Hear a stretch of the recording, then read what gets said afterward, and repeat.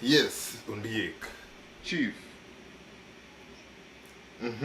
How have you been, Obana? welcome, welcome back from a long hiatus. It's a very long hiatus. A lot has happened. I managed to go through a A lot lot of has happened, man. phases. Yes. You Yeah. went through a lot of phases. Yeah, a lot of phases, my friend. I managed to finally uh, finalize, and I don't think I'm going to go back to school anymore. So I managed to graduate. I finished school. Oh yeah, oh yeah. Yeah. So You know, for once I was worried when somebody tells you I managed to go through a lot of phases. Your mind kinda goes somewhere, where was your and mind you going? really. We live in tough times, bro, and sometimes, or maybe I'm just overthinking. But for the majority part, what I'm used to when somebody tells you I'm going through a lot of phases, it Yes. means probably they're struggling with their mental health, and you know that is something I'm big on because that's where I am, you know. Oh So yeah. I really encourage people to take good care of their mental health. So when you said that I went in a little bit of a panic mode, but Oh. I'm happy for you. I think the last time we talked, you in that process, and I'm happy for you, and you deserve it, man. You Yeah, deserve it. growing up, we've been brought up in in a system where once you start something, you must finish, regardless of what you Yeah. go through to finish it. So many things we go through while trying to achieve our goals, especially if in a foreign land like us.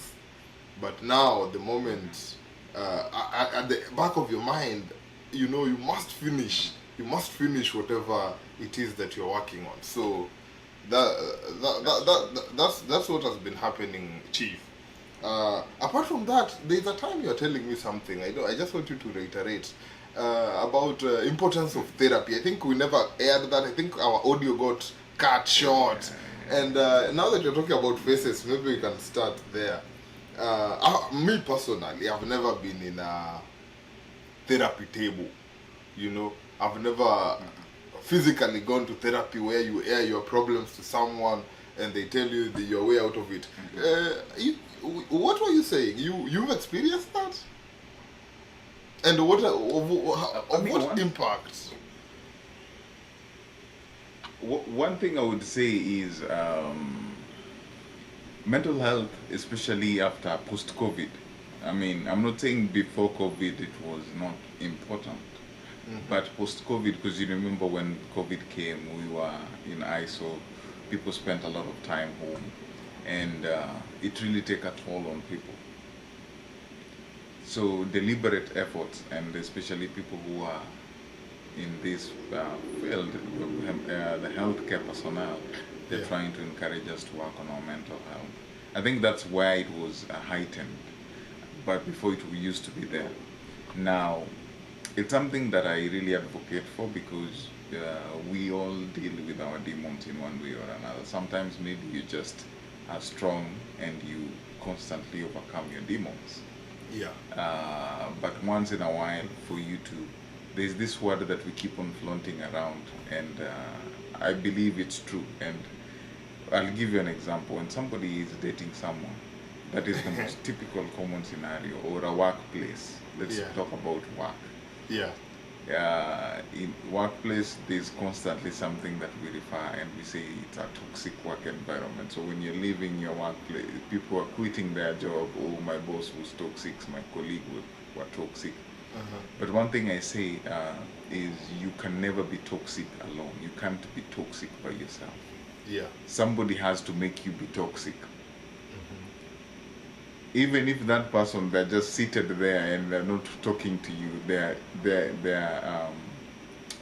triggering your toxic traits. So because of how the world has grown and we've constantly been channeling this word around, I think it's really important for us to monitor our mental health. And sometimes we have some childhood trauma that you might not be privy of. You might not even understand that this is a childhood problem until that day you go to see a specialist and then you realize, damn, I was really raised in an opposite way. You might think you were raised okay, Okay. But sometimes there are certain things, because your parents they didn't have a manuscript on how to raise you. They were just doing the trial and error with you. And for most cases, I'm sure you and I can attest that we were hooked good, both in school Oh, and even at home. We were seriously hooked. yeah, definitely. Now, in the current generation, you can't Mm-hmm. hook somebody, and it's against human rights. Mm-hmm. There are different ways of conflict reconciliation and correcting somebody and correct telling them to do right or wrong. So this hooping that we went through that we thought was good for us, they might affect you in one way or another. And in future, once you start your family, you will start looking at life differently when you have your kid. There's a Luo proverb, and those people who don't know Luos, they come from the second big in a region where that holds the second biggest lake in the whole world, Lake Victoria. Now I want to go to I don't want to dwell so much on what Luos are and who they are, but they have a very common saying, and the common saying is that a father knows that his father was right when he has a child that thinks, or he has a son that thinks that he's wrong. Now, what does this mean? That you will realize certain aspect of how you were raised, Mm-hmm. that your father was right, but sometimes, yes, your father might be right, but how he um, guided you through the entire process is what you might question. But most of them, you will realize them that they were right. When now you will be having a kid who at that time they were thinking you are wrong. It's deep. You feel me? That's deep. It's deep. So it's something I would really encourage you. I mean, you don't have to go when you're stressed, but you take your time, evaluate yourself, see where you are, what are you struggling with, how can you deal with that, and that's what I would tell you, that therapy is in our modern society. Therapy is as important as the meals we take every day. Now, you don't have to go every day, but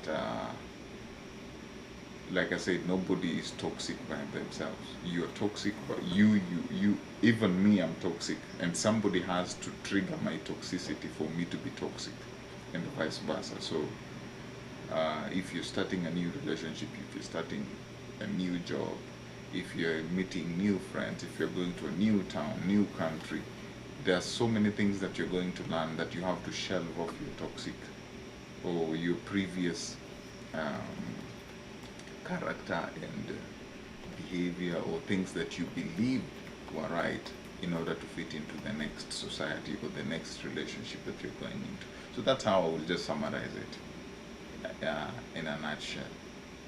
Okay. Unless you have something that you want to add on, or maybe something to comment on. No, honestly, I don't have anything to add. I just wanted to know your perspective because speaking to someone who has experience and, like, growing up in the same kind of, I'll say, culture, and then ending up, in a position where we are in different worlds, and then you have experienced exactly what therapy looks like, and you've seen the other words. And the thing that you said about having childhood trauma that you never even knew that that's what was the problem until you go to the therapy table and they talk to you about it. That's deep, my friend. That's deep. I know. And this is just a broad topic. I think maybe one day we can just have a sit down, maybe invite a professional and just have a different perspective of how they view it. Yeah. It's something that, it's an eye opener. Okay. Yeah, so my friend, man, it's it's something that moving. I mean, you don't have to go right now if you feel you're good, but I would encourage you, if you get to that point where you're at a crossroad and you're emotionally imbalanced, you can give it a shot. Yeah, So let but you me should. ask you, something happened. Mhm. Yeah, you shouldn't only go Mhm. when you are stressed, is it? You even sometimes when life is still good, just go and say, "Hey, I'm in this life. Everything is lining up. What should I work on before things fall apart? Chinua Achebe. Chinua Achebe. Legendary writer there, man. Yeah. So, in talk of toxicity, talk of therapy and everything. I think there's one thing that is happening across, and for the last almost a month now, it has been happening from where we come from. You know, you and I come from the same country, and for the longest, that country has had its own toxic environment, especially in the political class and political bad manners, and even voters too have had their fair share of, they take their fair share of the blame. So something has been happening. It started with the reject the finance bill, which ultimately uh, people's opposing factors will say it wasn't rejected, and supporting factors will say it was rejected. Then it went to how do you call it? Demote your cabinet, which was done, but people say that was just for on the face value because we've seen the president of Kenya giving his first 11 lineup, and almost the same people that were in the previous fired cabinet are still appearing in this first 11. And now people are saying that, you know what, we're tired, the president must go. I mean, I'm just giving a brief view of what has been happening. Maybe dive in and tell me, what do you think, and what's your perspective in what's happening in 254? What's happening in the 254 is deep, and one thing I would say, you know, there is a saying about if somebody hits a rock and it breaks, and he's been hitting this rock for almost 99 times. Is it the 100th hit that broke the rock, or is it the constant hitting 99 that broke the rock? And a lot of debaters said, you know, in the long run, it is the 99th hit that actually, the constant hitting that finally broke the rock. And one thing I will say for sure is, Kenya has been going through this over and over. This is not a new case. Rejecting the finance bill was just like a trigger. This is just what really made people say, hey, you know what, we've been experiencing too much. And now if this goes on, another, maybe, who knows, if that passed and people didn't say a word, they would have released another thing and then another one, you know, because this government is still fresh in office, only 2 years in office, and people will keep being pressed down. However, I wanna bring a certain angle that I think I had talked to you about about 2 weeks ago, when I think the former Prime Minister came in and said, hey, you know what, we will have a handshake and we'll have a dialogue, and you know, this is it.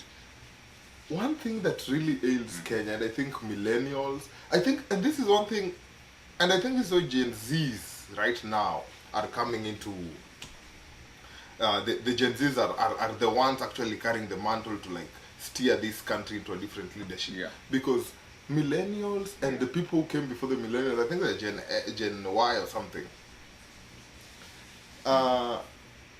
We were brought up differently.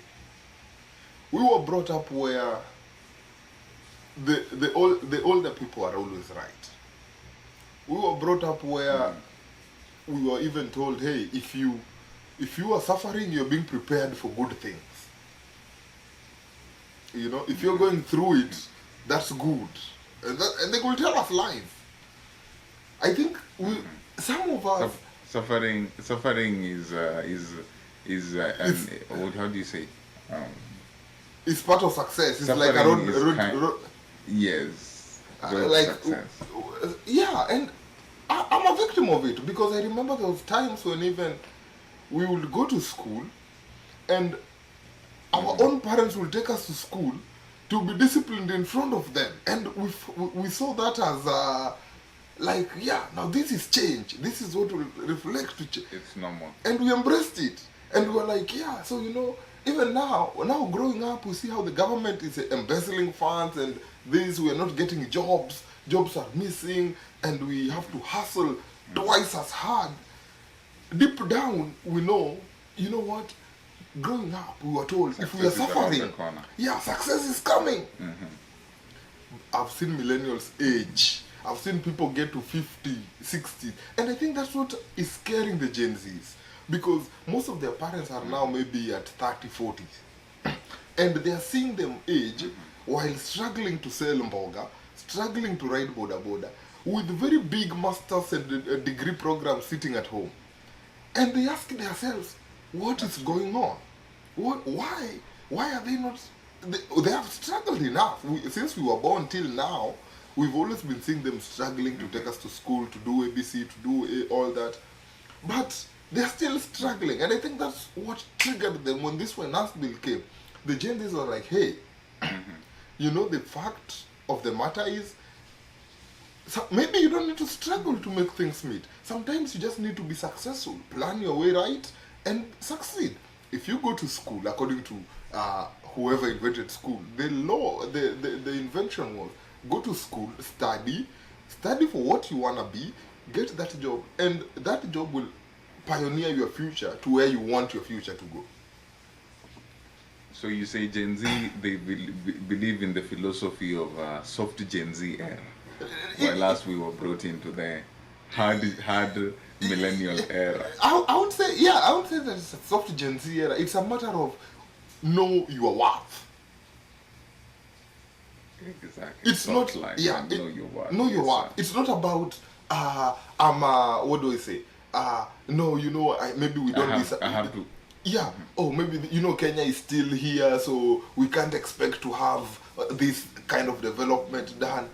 If you see the amount of money being poured in all these projects, and you go to those projects live and look at them, then you'll see, you know what? This is live robbery, daytime robbery.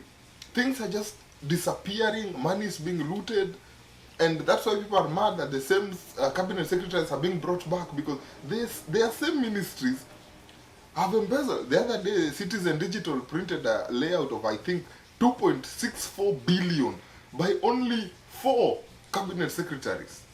That's their net worth. Wow.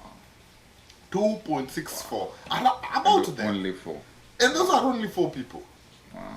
Do you know what that net worth can do? That net worth can create jobs for like the 100,000 doctors who are needed to work. If hospitals can be built, those doctors can get jobs. These people who are looking for jobs, like with the degrees and at home, who the Gen Z see their parents always struggling. Hey, I have to go to work. I have to do this. I have to do this. If they did not get out now, I don't know where we will be heading. But again, it's still, you know, the people leading us and the people being recycled are still the same old, who still believe, you know, if you are in power, if you are older, if you are in leadership, the other people should listen to you. We need to step on you people. We need to ensure that we are above and you are below us. So it's gonna take a while. That's true. They'll do all the occupy, and they'll occupy everywhere. I see they're going to JKIA, they're going to, like, every other day. Trust me, every other day. And it's not only in... there will be something. Yeah, there's always something that will come up. So this is gonna be a long mission. Revolution is not gonna happen in a day. That's true. That's true. I agree with you, and I just want to throw a spanner to the works in what you said about what we have been sold about suffering. Another lie that we were told, or we've been sold to for the longest, is you're the leaders of tomorrow. Unfortunately, this tomorrow, we always go to bed and wake up, and this tomorrow never comes. And the millennial, they bought it and ran away with it. Until Gen Z came and realized, yes, we are the leaders of tomorrow, and they're waiting for them to just turn that 18 years old so that they can be leaders. And then they realized the day they turned 18 years old, there is a 78-year-old man being appointed as the managing director of I don't know which corporation. Yes. There is a 64-year-old somebody, and then they're asking questions. What is the retirement age of this country again? We're told is at 65. But Yeah. how come somebody is at 78 and they're still active and energized and being appointed at, you know, to hold this big corporation? Yes. But I want to bring something, a different dimension of from how you are viewing it. And it entirely doesn't mean that I'm opposing or I'm saying that whatever I 100% concur with what you agree with.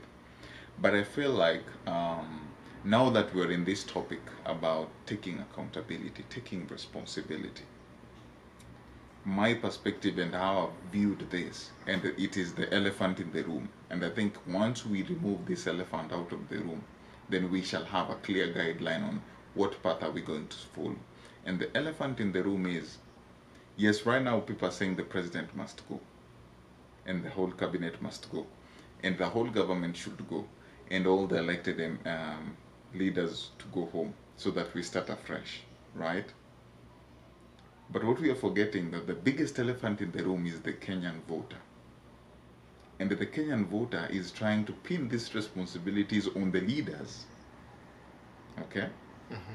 Without them taking accountability that yes, we contributed to these people taking advantage of us for over 63 years. You feel me? So I feel the first, and in light to what we were talking about earlier about therapy, when you go to therapy, the first thing that they tell you, acceptance is your first way to recovery. Okay? Now, as a Kenyan voter, me included, you included, our parents, Gen Zs, who voted and those who've not voted, their first way to this revolution is to accept that we've constantly, since the colonialist handed us the mandate of voting, we've constantly voted in bad leaders. And I'll tell you this, everybody, and Kevin, there's a video you shared with me yesterday where Kevin had said something that everybody loves the good guy. I mean, everybody loves the good story and the good guy, but they want the bad guy. Okay? So that is what we've always wanted. We've always wanted good leaders. We love good leaders.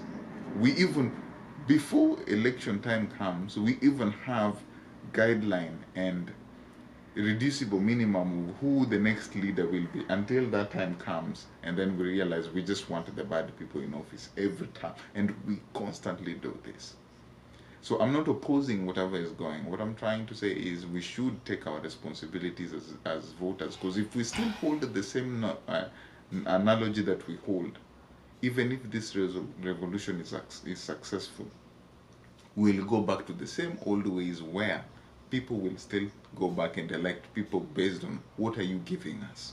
And by that I mean monetary wise, and not the ideologies, wise, yeah. not the yes, not the developed track record of somebody.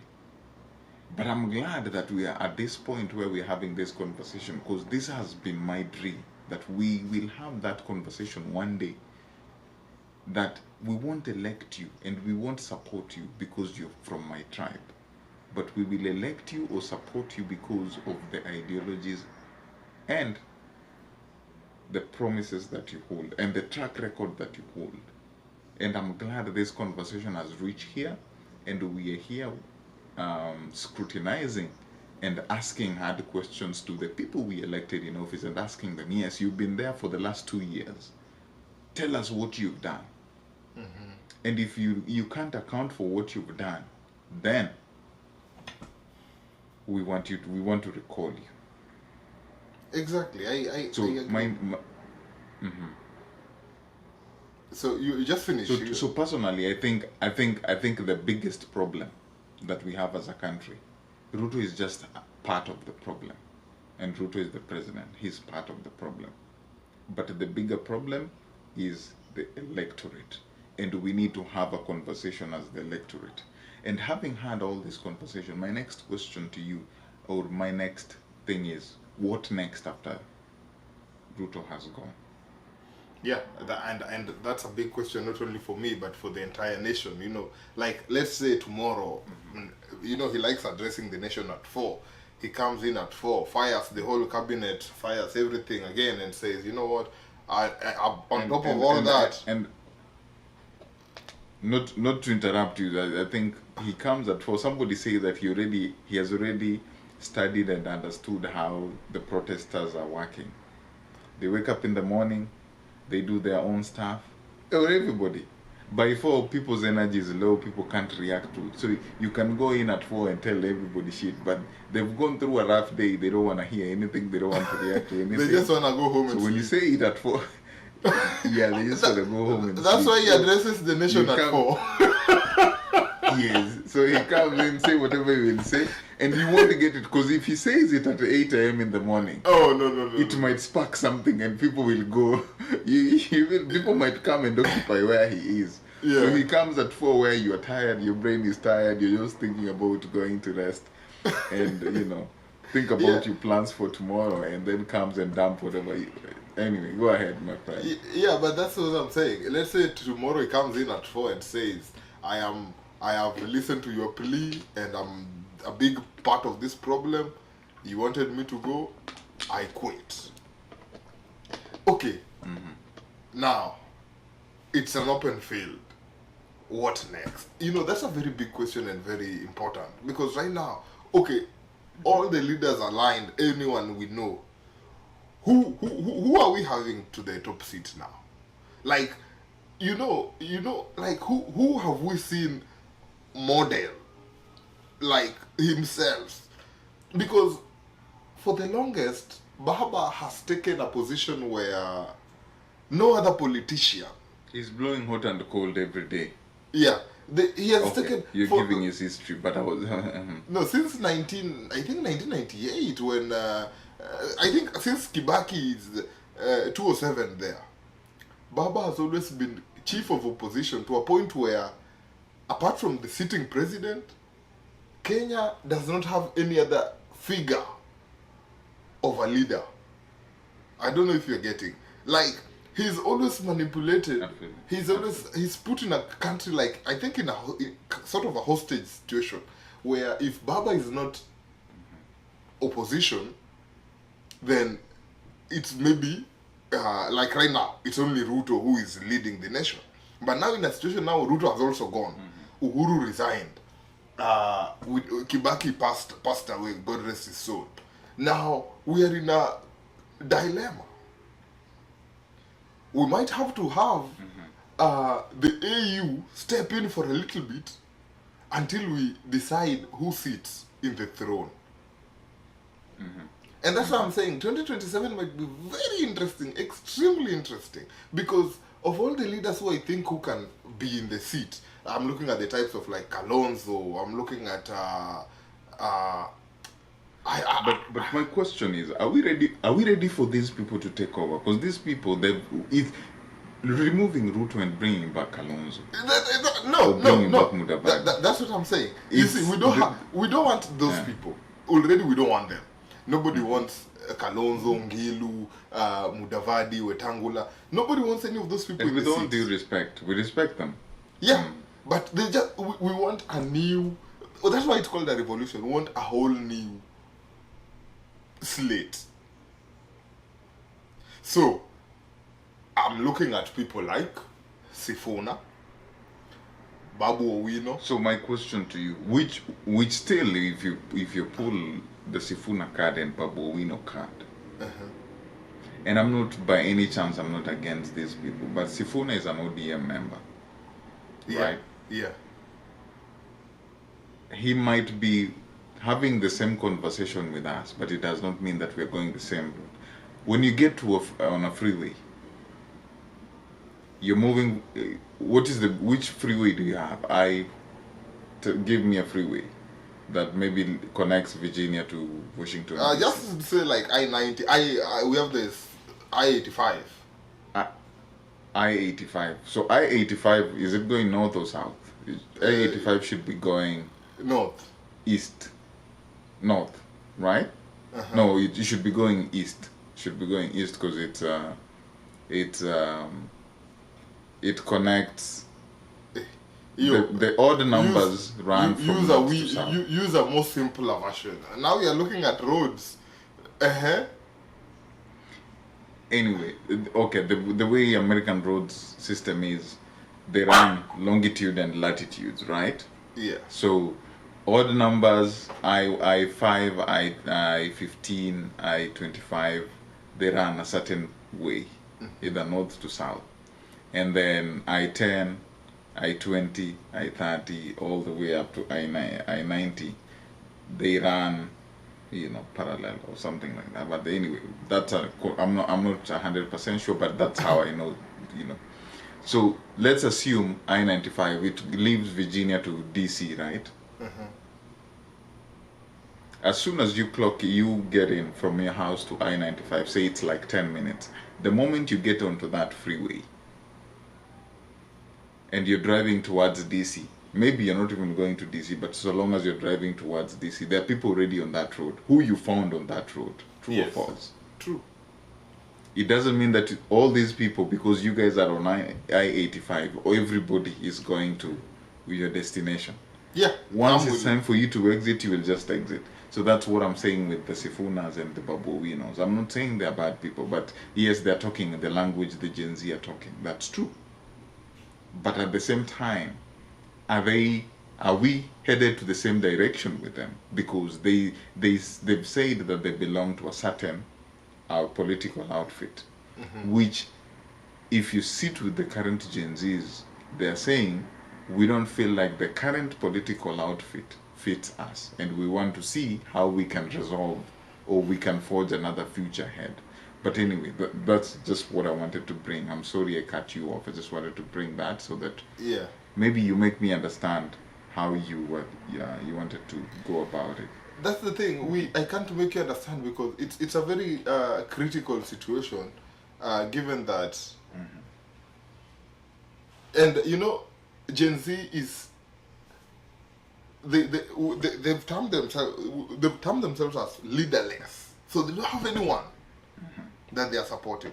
And right now, even if we go like let's say Sifuna, let's say we go whoever we put, they're from a party which was already in power. So definitely, where will they seek their wisdom? From the people we put out of office. That's true. But like let's say, And they let's might say even recycle some of the people. yeah, because right now, let's say even we put Babu, definitely, guaranteed, he will definitely be calling Raila, asking him, hey, I have this situation, how do I go about it? So, having a clean slate, that's a very tall order. So let me pin you to a corner Pin me. and ask you, if you yourself, Gen Z, came to you and asked you, Jaboma, how do we go about this? Give us the way forward. Now we are here, we don't know where to go. Give us a way forward. Okay, this is the way forward right now. Yes. By the way, I support the Gen Z movement because this government, like not just this government, but the whole system. Everyone who has been in power. You saw that big picture where there was Raila in there was Ruto. They did their thing, they won the dialogue, Musalia. It's like the whole government was back together, packed. And now, what I will say is this. Number one, let's say the revolution is successful. Let's have someone come and sell their it's called let someone come and talk to the people, tell them, hey, this is my plan, this is what I want to do. However, it's a very tricky situation because one, most of these people that will be vetted, maybe we've never even seen a majority of their track record. Because most of them will be underdogs. Some of them will even be maybe getting into politics for the first time. What they are doing right now, I like because it's called, they're putting some push. And that's why you see people are the government is trying to make things work. So, I will the only thing I will tell them, keep pushing. Keep pushing for your rights. I'm glad that they know what they want. If you don't get it, keep pushing. Because trust me, if the moment you stop pushing, something else goes wrong. People start saying, oh, they have relaxed. Let's do this. oh, this is happening, let's do this. You know? But like right off my brain, it's revolution never happens in a day. But when that time comes and the whole cabinet maybe gets dismissed or the president goes as the Gen Zs are requesting, then once that has happened, they always say we'll cross the bridge. But now, my biggest worry is which leader are we putting? Because trust me, bro, let me tell you one thing. Money is bad. Money is bad. If you mix it with fame, it's worse. And if you mix it now with the leadership, now you have money, you are famous, and you are the leader. And you have power. And you have the power. Sifuna said, is it Sifuna? He said, it is more strong than any other drug people are using out here. Yeah, because you feel like you have the power to do it. Like right now, Ruto single-handedly can just say no demonstrations tomorrow, and there won't be demonstrations. He will rather line up GSU officials from Langata Road all the way to the CBD just for that not to happen. That is the power that comes with it. So you want to tell me if you wanna, and one thing I will say, and that's why it's very risky, and this is the only part where I find this whole thing risky. Gen Zs should realize, if you give this amount of power and fame and money to somebody who has never experienced it growing up, you see already how it's making Ruto behave. Why? Because look at our former presidents. These people are born and bred in milk and honey.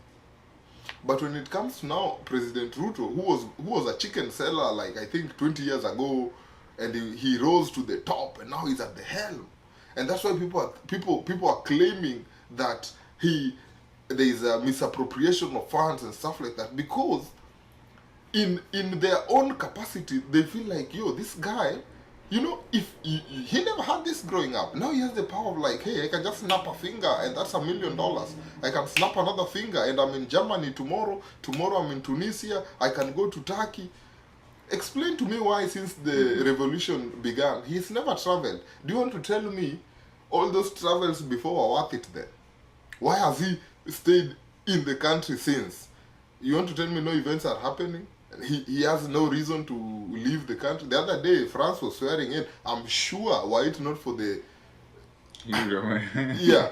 He would have been there in the morning. There. Yeah. But now, and he even said it himself, that they invited him to attend the Olympics. Yeah, but... Which we'll be talking about in a few. But, yeah, but he's feeling the pressure. He is definitely feeling the pressure. That's why... But someone like Uhuru, who was born in State House, that's a guy who, most of his trips he will delegate. Hey, Cabinet Secretary of Sport, go to Germany, there is an event, go represent me. Hey, you, go represent me, I must stay in the country and do this. I'm going. He liked, so the only trips he used to go was in Mombasa. He liked going to Mombasa a lot. That's where he liked going, Uhuru, during his leadership. So you say we should bring somebody who likes sherehe. Not somebody who likes sherehe. He's going to delegate. No, we should bring someone who money does not scare. Someone who has experienced and explored. I think that's also dangerous. Why? I think that's dangerous. But let me go back to the elephant in the room again, and let me read you Article 1 of the Constitution. All sovereign power belongs to the people of Kenya and shall be exercised only in accordance with the Constitution. The people may, I don't know if you've seen that guy, the people may, optional, exercise their sovereign power either directly or through their democratically elected representative.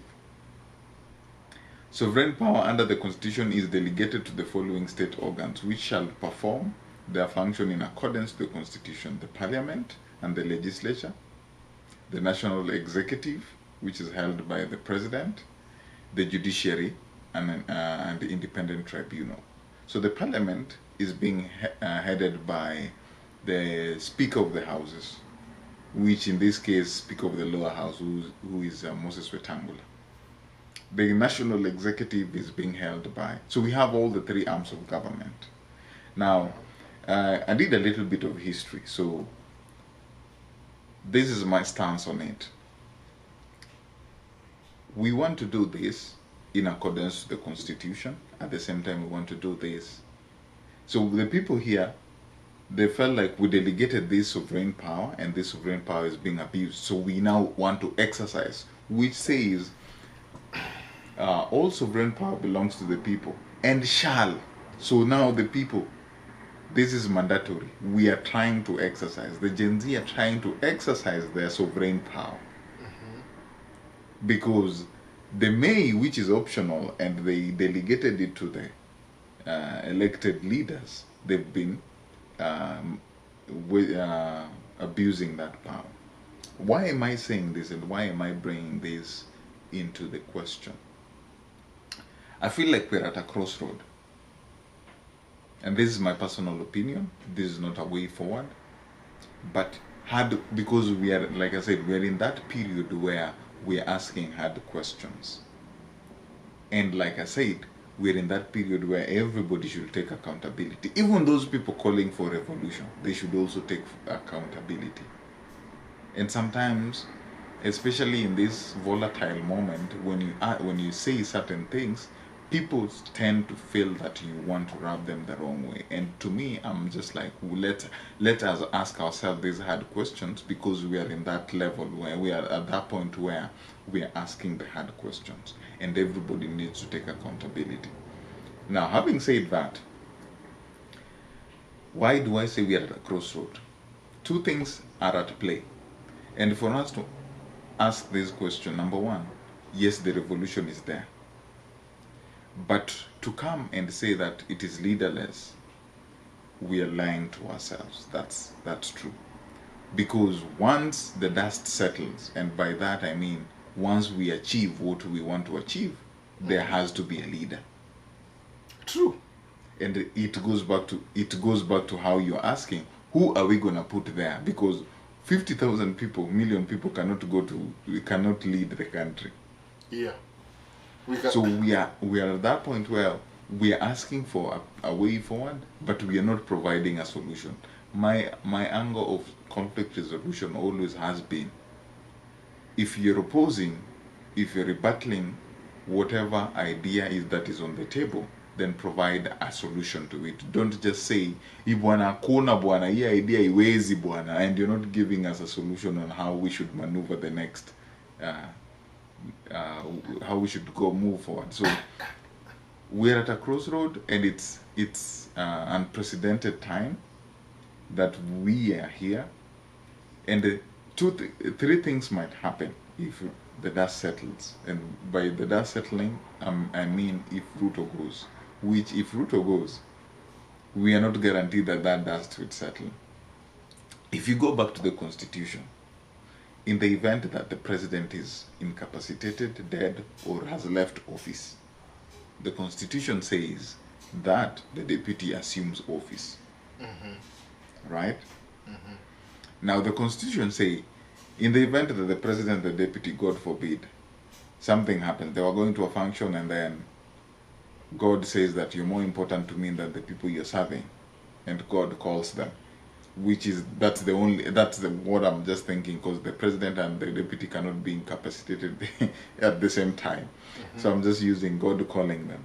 Yeah. Now the Constitution says the third in command is the Speaker of the National Assembly, and that is the three arms of government I was saying here: Parliament, National Executive, and the Judiciary. Now, if the three of them were going somewhere, and God, the Most High, say, I love you more than the people you're leading loves you, and takes them. Now the third arm of government, which is the judiciary, the Chief Justice assumes office. And if the Chief Justice assumes office, he assumes office for a period of time, organizing for a transitional government. That means we have to go back to a fresh election, we have to elect new leaders, and that. So if this generation was to be successful, and we are doing it through the Constitution, I think and we are saying the whole government should go. So if we are recording all the MPs, that means even the Speaker of the Chief. Yes. Sorry about that interruption. I was just getting breaking news. Uh-huh. Yeah, Biden has dropped Break out it. of the race while we are It live. was inevitable. It was inevitable, but we are coming to it. Yeah, Biden has dropped out of the race. So- We will be coming back with that shortly. Anyway, finish your sentence first. Yes. So now that we are recalling two arms of the government, which is the National Assembly and the executive. So the Supreme Court, the CJ, I don't know why I'm saying the Supreme Court, the CJ assumes office and oversees a transition to the next way forward, which in our case right now we don't even have an IEBC, so it is upon the CJ once she takes over to oversee the new how do you call it, reconstituting the IEBC, so that we can now go to another fresh election and elect new leaders. Now that is the constitutional way of doing all this, which you and I can sit here and agree. If your history serves you well, it happened in Muammar Gaddafi's country, Libya. Yeah. It happened in Sri Lanka. Once a government of the day has been overthrown, the country plunges into a state of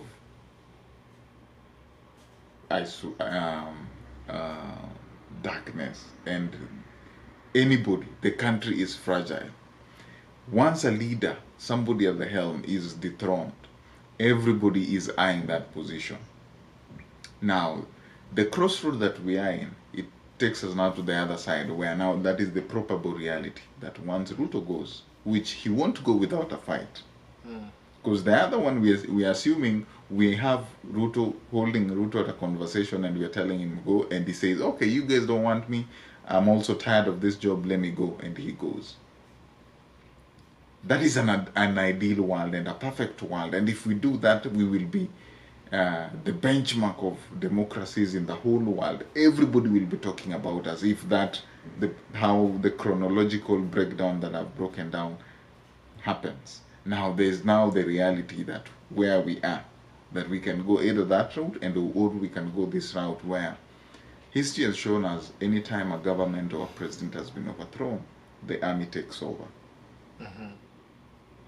And the reason the army takes over is because they are the only people in that country that has the sophisticated method of taking charge of people. The police can, but they don't have the weapons or the machinery to do that. The Navy and the Air Force, they can, but they are not. They don't have the machines to, work on land. If this thing was happening on sea, Navy would be perfect, or on air. Air Force would take it. So the army takes over. Now, two things when the army takes over. One, they can decide to remain in power, and their general impose himself to be the leader and decides to run the country or rule the country until God knows when. Two, they can sell it to the highest bidder, and the highest bidder here can be a businessman. The highest bidder here can be a previous politician. The highest bidder here can be a foreign leader. The highest bidder here can be anybody, so long as they can bid for the chance to call shots in that regime that they are in. Now, that is where we are staring at. That is where we are headed. That is where we are in terms of this Ruto must go. Okay? Now, I know the president has come out to call us and told us we need to have a conversation. But my question is, do we need to have a conversation for hospitals to be built? Yeah. Do we need to have a conversation for police to stop killing innocent people? Yeah. Do we need to have a conversation for the cost of living to be brought down? So to me, I think it's a tall order for the president to just come out and say, we need to have a conversation. I don't think it's the right way forward. Yes, we need to have a conversation, but we need to have a conversation when certain equilibrium have been met. Okay? Now, back briefly as I just summarized, that you've seen where we are at a crossroad. So let's go back to the drawing board. Gen Z are saying we are tired of this regime should go, yes. But while they're doing that, I think also we should also call ourselves and understand that we can't do that without a leader, because once that leader who we are trying to kick out is gone, we can never remain leaderless.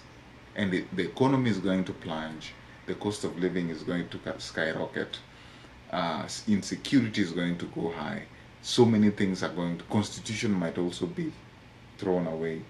But above and beyond, we need to, the problem with identifying leaders, and this also history has shown us, if Gen Z today say, and that's why I think why Gen Zs we are like, we don't want to identify a leader, is because these leaders are constantly being bought. Yeah, So and they're like, being we don't want to abducted. fight If with you the don't leader. get bought, you get abducted. And once they're from Exactly. abduction, you So- don't see them anywhere. They are back quiet in their dungeon. So, just as a summary of this whole topic, it's been a long topic, but I want you to summarize with this. Two ways this can go. President Ruto goes, and we've talked about what might happen. You've broken down the constitution and what goes on. If he doesn't go, are we going to see him win in 2027 again? If not, who do you think someone will step up? This is a hot topic. Do you want me to extend it to, because No, No, I just want Ruto to doesn't go. I just want you to give me like a quick. Let's assume it's 2027. He's still president, because I don't personally. I'm just saying from my perspective. I don't see him leaving that seat, even unless people walk into the White House. I mean the State House like they did in Sri Lanka. Otherwise, I don't see him ever standing up like. he won't go without a fight. Yeah. Let's just say he won't go without a And fight. you saw how I was Now, just saying yesterday. Actually, today he started now being the furious and futile Ruto who said enough is enough. You know, once they start being like that. Remember Moi in Criminals. 1982. Termed everybody criminal. Yeah, when he starts saying That's I why have seen enough. Now you know he's now going to change his tune, and he's going to bring that fear. That's what he's trying to do. Bring the fear upon people. You remember Moi, you could never talk about Moi and say, oh, they will say walls have ears. That's where I think he's looked at all the aspects, and I think his advising team have said, you've done everything. Because he said, I went to X-Space, I called for dialogue, I stopped finance bill, I reshuffled cabinet. What else do you want? Enough is enough. That's true. What Ruto said. So now, That's true. all factors constant, I'm seeing him My still thoughts. in 2027. Your thoughts? Give me let me give me like 2-3 minutes to give you my thoughts on this before I get to 2027. And it's good you brought in 1982. Now, if 1992, if we go back and read our history, Moi rose to power as when the president Kenyatta died. But the constitution said if the president dies or is incapacitated, which in this case the president died, the vice president was to assume office for a period of 90 days, and the vice president will oversee the next election. But because back then people were not privy of this article of the constitution, Moi and the cronies around who were plotting to whatever was it's a huge politics in there, decided to install Moi, and Moi became the president. Now, in a layman's term, Moi felt because he was installed, people loved him. And he knew he was a darling to everybody. And nothing would ever happen. People would be happy with him because he was a humble guy, just a mwalimu, didn't have any beef with anyone. Okay? Until 1982. When he realized, oh, wait a minute, these people don't love me. Some people are uncomfortable with me. And he decided to wield his power. Now, if you look at Rigiji, sometimes he came back and said, who is the deputy president, that we were darling of Kenyans. We were this and this and that. Which to me, I would disagree. People didn't vote in this government, to be honest. Maybe they think they were voted in. But to me, I feel like if I look at the political situation, people were punishing Uhuru and sending Baba to Bondo. And they were the only alternative. They were not a darling. You feel me? But anyway, the long and short of it is, they thought they were the darling of the people until now, which now is their 1982 with Moi. Now, two things are at play. If he doesn't go like you said, he's going to wield that power and rule with an iron fist. Okay? And make himself be like, you know what, now you don't want me, I'll show you how it's gonna be. Okay? And I don't want to talk into the character of these two men because we know them. I don't want to talk into a character of them. But the moment they will wield that power, 2027 is a tall order. But also in the event that something happens and we sail through until 2027, people might vote them out. Okay? But who But at the same time, between now and 2027, they say, Bwana, a week in politics seems like 3 years. Now imagine between the remaining 2 years, 3 years of his term, he can decide to be the darling of the people. If he doesn't wield his power, which to me I suspect is going to wield that power, because we've seen people being murdered left, right, and center, bodies are being recovered and all that. He's already doing that.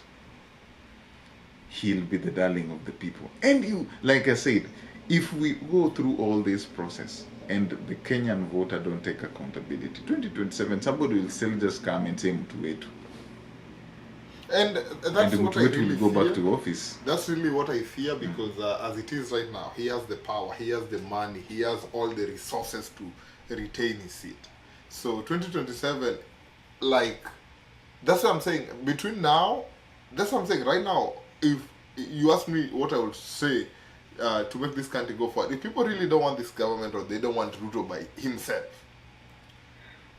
let him meet your demands. Keep pushing. But It's meanwhile, it's now and then. start chopping up your next leader. Start identify. Okay, this is the guy, which is also dangerous because this leader might not make it 2027 or might just disappear or might be bought, like you said. That's why it's hard getting a leader right now. The moment you say this is the guy you want to go with, boof. Especially if he's a real wait threat. until 2027. Yeah.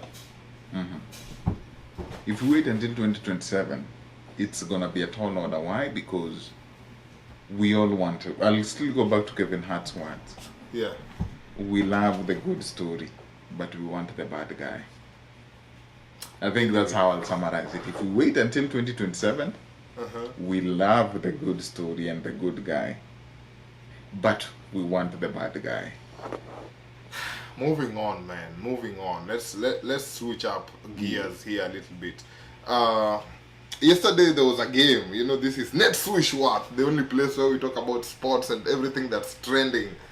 And yesterday there was a game that a lot of people, I think especially there was these people from the Undisputed, who really are currently trending because they really trolled South Sudan. They said, they looked at the South Sudan roster, they didn't identify any of the players in that league. And I personally called you and said, why does the US of A want to show off? Why would they choose a country that's only 11 years old to showcase? Because I think they just wanted to shine, you know? It's like an all-star game where everyone just wants to beat the weakest link. I thought South Sudan is the weakest link in that whole table of FIBA qualifiers. But yesterday, my friend, what do you think we saw? What do you think that was? Do you think that was history? Do you think that's something that should worry the US of A? Or do you think USA didn't take that game too seriously and it was just, let's try help each other? I think a wise man once said, it's not it's not the size of the dog in a fight. It's the fight in the dog. And yesterday, if yesterday is to go by that, a living proof that it's not the size of the dog in a fight. This is a country that has only been independent for 13 years. They don't even have a democracy. I mean, we talk about democracy. Let's compare the democracies of these two countries. America has the oldest democracy, which is over 200 years. Yes. And then we have a country that has only existed for 13 years. Yeah. And then we have a country that thrives and lives, and their life is all about basketball. And then we have another country that they're just trying to figure it out. So it's not the size. This was a fight of a Chihuahua and a bulldog, or a pit bull, and everybody saw And it, like you said. Mm-hmm. And they were like, that pit bull is going to tear down the Chihuahua. Yes. But the Chihuahua came in with a fight in It had a strategy. Yeah. It had a strategy. But above and beyond is two things. Never underestimate your opponent in anything you do in this life. Never underestimate any situation you are in. That's what happened yesterday. I'm not saying the US underestimated them, but it's just my pointers. Number two, in any situation you are in, just fight. Give your all. And South Sudan told us they came, they showed up, and they gave it their all. I feel and like they conquered. Everybody who watched that game, they conquered. Everybody. US won, but everybody's talking about South Sudan, and everybody, It was actually trending number one. It was actually trending number one worldwide yesterday. South Sudan. And people thought, oh, is it another bombing? People who don't watch NBA, they were like, oh, what has South Sudan done this time? And when they click and see it is something positive, they were like, okay, the world is becoming better. I'm just looking at the stats here, and there's this Marial Shayok. He played Triple 28 double. minutes, and he led. No, he didn't. The guy who got triple double is called Kalik Jones, which we're going to talk about. Kalik Jones. Shayok, he was making a lot of threes. He was the Steph Curry of the game yesterday. While Steph was on the court. Yeah. He had 24 points. He led both teams in points. King James got, 23, just a point shy. Yeah, just but 3 points, this guy made 6 out of 12. Yeah. Okay, LeBron. You love this one too hard. You love this one too much, a little too much. His name is LeBron James. Anyway. Okay. A point of correction. King James. King James. So, Shayok made 6 out of 12 3-pointers. Okay? Steph Curry, in that whole game, made 3 out of 9. So he outshined Curry in his own game. Okay? Now, let's go back to triple-double. Kalik Jones. I don't know how true this is, but I heard somewhere that in the history of Fiba, that was the first triple-double. Oh, I didn't know that. Nobody has ever done a triple-double in the... Maybe you can confirm, but that's what I heard. That was the first ever triple-double in Fiba. So, South Sudan did not just put in a fight. South Sudan came and made history. And it wasn't even the Olympics yet. It was just a showcase. And because those are our brothers from another mother. That's where we come from. But we can never be more happy. Yes, we live in the US. Maybe US is our team going into the Olympics. But South Sudan did us proud, all of us, Africa as a whole. And the fact that they came out as underdogs and people thought that they're gonna be dismantled. Because I've watched US versus Australia, who are the strong team, US Canada, US Serbia, and they blew out those teams. The only team that they couldn't blow out was South Sudan. And I could never be more proud this morning, man. South Sudan did me proud. Yeah, just to clear the air. Apparently, Luka Donkey was the first person to ever have a triple double when he was and then playing against Georgia last year, and then now Khalik Jones. I think he was the first African, which is still history. Yeah, to have a triple double. One thing I would say, you said about the USA. As much as people are saying, ABC, I feel like the USA did something that's very legit in exposing, giving the South Sudanese exposure. I don't know if you've ever been told, hey, can you come and model for us? But we won't pay you, but we'll give you exposure. I think this is the only scenario where people should be given exposure. I can imagine like somebody like Khalik Jones. Khalik Jones is just a humble NBA player. Yeah, from Thor. You don't forget the word Thor. Yeah, there was Thor too. Like, look at those names, which we didn't know before yesterday at 3 p.m. But right now we know them. Right now, actually, I was watching this game with a friend, and they were like, you know what? NBA is gonna look for 2 or 3 of these South Sudanese players, because some of them are really good. True. Yeah, and trust you me. If I was, I wish we can get even the Khalik. If Milwaukee Bucks can get Khalik Jones, I would not be very angry, you know. But what I'm trying to say is, these people, they were just humble players of the NBA in South Sudan, and I'm sure most of you know how back home, if you are into sports or co-curricular, they ask you, why are you not reading? You know, you should be doing something. Be a doctor, be a pilot, be this.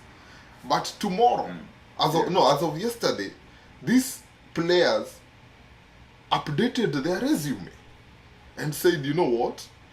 I not only played against Steph, I not only played against Embiid, I not only played against your king, but they beat us by only 1 point.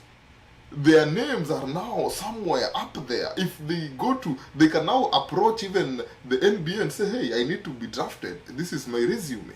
I made the team that held the US hostage until LBJ did the layup. Because he held the US hostage. If it were not for LBJ, those people won. And man, I must give it to Anthony Davis. That guy is good. I was not very familiar with this game. I was going there. It's good you brought it up. I didn't want to bring it up because you'd say Lakers, blah, blah, blah. No, I know. But the Lakers won it for the USA. Give him his flowers. I must give him it. Because if that 8 second, you remember that last layup which he kind of blocked it and stuff. Man, the Lakers won this for the United States. And I'm glad they did a showcase with the South Sudan. They brought them to the map. Now we know this 12-year-old country has an NBA team. Now scouts can also go there and look. Their flag is not very far off from the Kenyan flag, so they can slide down and get some players from Kenya. Something. Look for now. At least people know in Africa there is basketball. As we are still on your king, he also made another history by being the first ever player to go, who is about to go head to head with his son, like playing together. Father, son. He decided that people in the NBA are not fit enough and decided to, create his teammate from scratch. And now he's facing a very serious allegation. I don't know if you heard about that allegation. LeBron James is allegedly going to bed with one of his teammates' mom.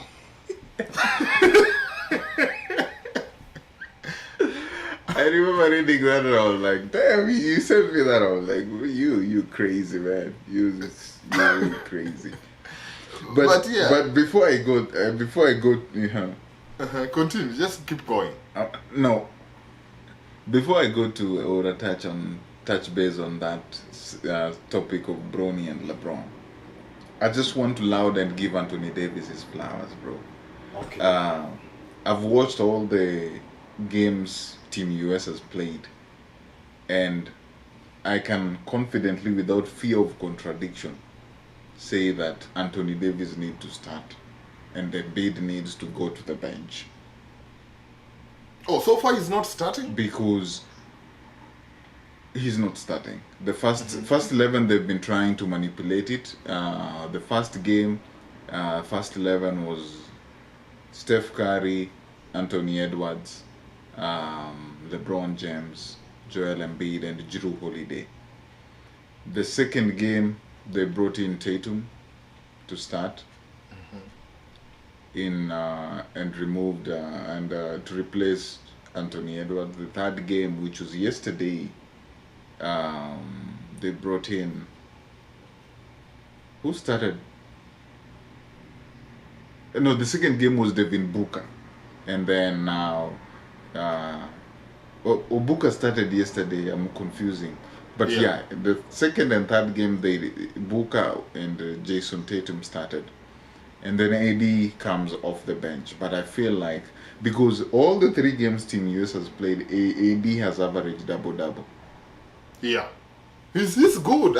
Yesterday's the first showcase I've watched, like, highlights, and I was at work, so I watched the highlights. I looked at the stats. He played good. He's a big reason why they won. That's why I'm saying Lakers won it for the US. From day one. Yeah. So I feel it's high time we start having that conversation. I mean, it's all dependent on the coach, because they need him from the bench, because they need that bench to be strong, and that's what he's been doing. But I feel like maybe they should consider that. Anyway, I just wanted to give him. Before you say that, I just saw a headline today, and this headline might make you very furious. Joel Embiid said he doesn't feel LeBron like that. He said LeBron is not his prime no more, so we shouldn't expect much from him. What are your thoughts? 2 things. He's right. I think it's gonna be too much to expect from him. This guy has done it all, and he's not. Nipate tu dakika moja. Okay. Let me call you back, please. Sasa. Give me a second, Nicosette. Let me call you back. Let me call you back. Okay. Paula. What was I saying? You're saying I feel from LeBron. We shouldn't expect much from the king, but at the same time, this is his own doing. He called for it, and he's gonna be held accountable if they don't get the gold. It might taint. People are going to bring that to his legacy. Yeah. So I'm a firm believer that when you lay your bed, when you make your bed, you have to lay on it, and he's already made his bed. Yes. Let Joel Embiid. That is Joel Embiid's opinion. But from what we saw yesterday, yeah, I don't think Joel Embiid is the right person, because we've not seen anything from him. Okay. He should be there leading the score. Yes. Now that you say that, before we go to Bronny, because I know you want to really talk about father-son, there's something you've said. I just had a question. I said I must ask Tim this live on air today and see your reaction. Yeah. I need 2 answers from you. Number 1, elimination game. Let's say it's US Germany, and this, I'm not talking like whoever goes gets silver or bronze. No, you get nothing. You are 0, and you know how badly the US wants gold in this Olympics. So let's say it's US Germany or US versus Greece, and it's like a 3-point game, a 2-point game, and so they need a 3-pointer to finish, and we have like 8 seconds in the clock. Whom are you giving to take that shot? Remember, if they miss, And we have USA is eliminated from the Olympics. KD and we have LeBron and We have Steph KD, on we the have team. LeBron, we have Steph, we have Booker. They're all in, and we have Tatum. Leave Booker one. The reason as to why the reason as to why Anthony Edwards started Tatum started, Yeah. and Booker started in those 3 games, and every other position is constant, Yeah. is because KD is not fit. Okay. Yeah. Okay. Continue. You feel me? Yeah. So we have KD, we have Steph, We have LeBron. and we have LeBron. And who else? I'll go back to the last play. No, there's no who else. Okay, we have There's those no three. who else again. Okay. They will have their time to do whatever they need to do. But when it's a do or die, we only have 3 people. And I'll go back. I like why you're saying this, because this is gonna boil back on you. Just be sure. Continue. Exactly. And I'll take you back to the do or die moment between South Sudan and US. Who won that game? LeBron. LeBron. And it was a layup. But and it was a layup. In the event they needed a 3-point. Yes. Okay? And this is why I'm narrowing it down to these 3 people. Okay? In the event that it's a do or die, the time we have like 16 seconds on the clock, give that ball to LeBron. Huh? Okay? Wait. Let me explain to you. Give that ball to LeBron. Okay. Okay? Uh-huh. Because I trust LeBron. The person who's going to take the shot in between these 2 people, KD or Steph. But I trust LeBron is going to find them. You think so? LeBron is not. I trust LeBron is going to find them. He's done it time and time again. That in the event, let him handle the ball. Don't give anybody else this ball. That's why I said how many people in the event it's a do or die. So you are the coach. You will say LeBron will be the one in the line. Yes, LeBron To find whoever. If it is a catch and throw, let me give you this. If it is a catch and throw, then LeBron should not be closer to that ball at all. Yeah. I trust Steph, and then KD in that pecking order. Wow. Okay, continue. Okay. I'm about to arrest you But now. if there's a time, we have still some 10 minutes where we can dribble and figure out. No, we don't have 10 seconds. I trust LeBron can 10 seconds. I trust LeBron can drive, and he will definitely find either Steph or KD. But in the pecking orders, catch and throw. Steph, KD, LeBron. Okay, so Steph is the one that you want to take that 3-pointer. Bro, this is the best shooter of all time. Okay. Of all time. Okay, I agree. This is the best shooter of all time. Okay. Now, the shot has been taken. Steph, you have given Steph that ball, and remember, loser is going home with nothing. And the ball goes and misses. It doesn't go in. It's just unfortunate. Okay, it's unfortunate. It's unfortunate. Does that mean... Remember how badly the US wants this goal.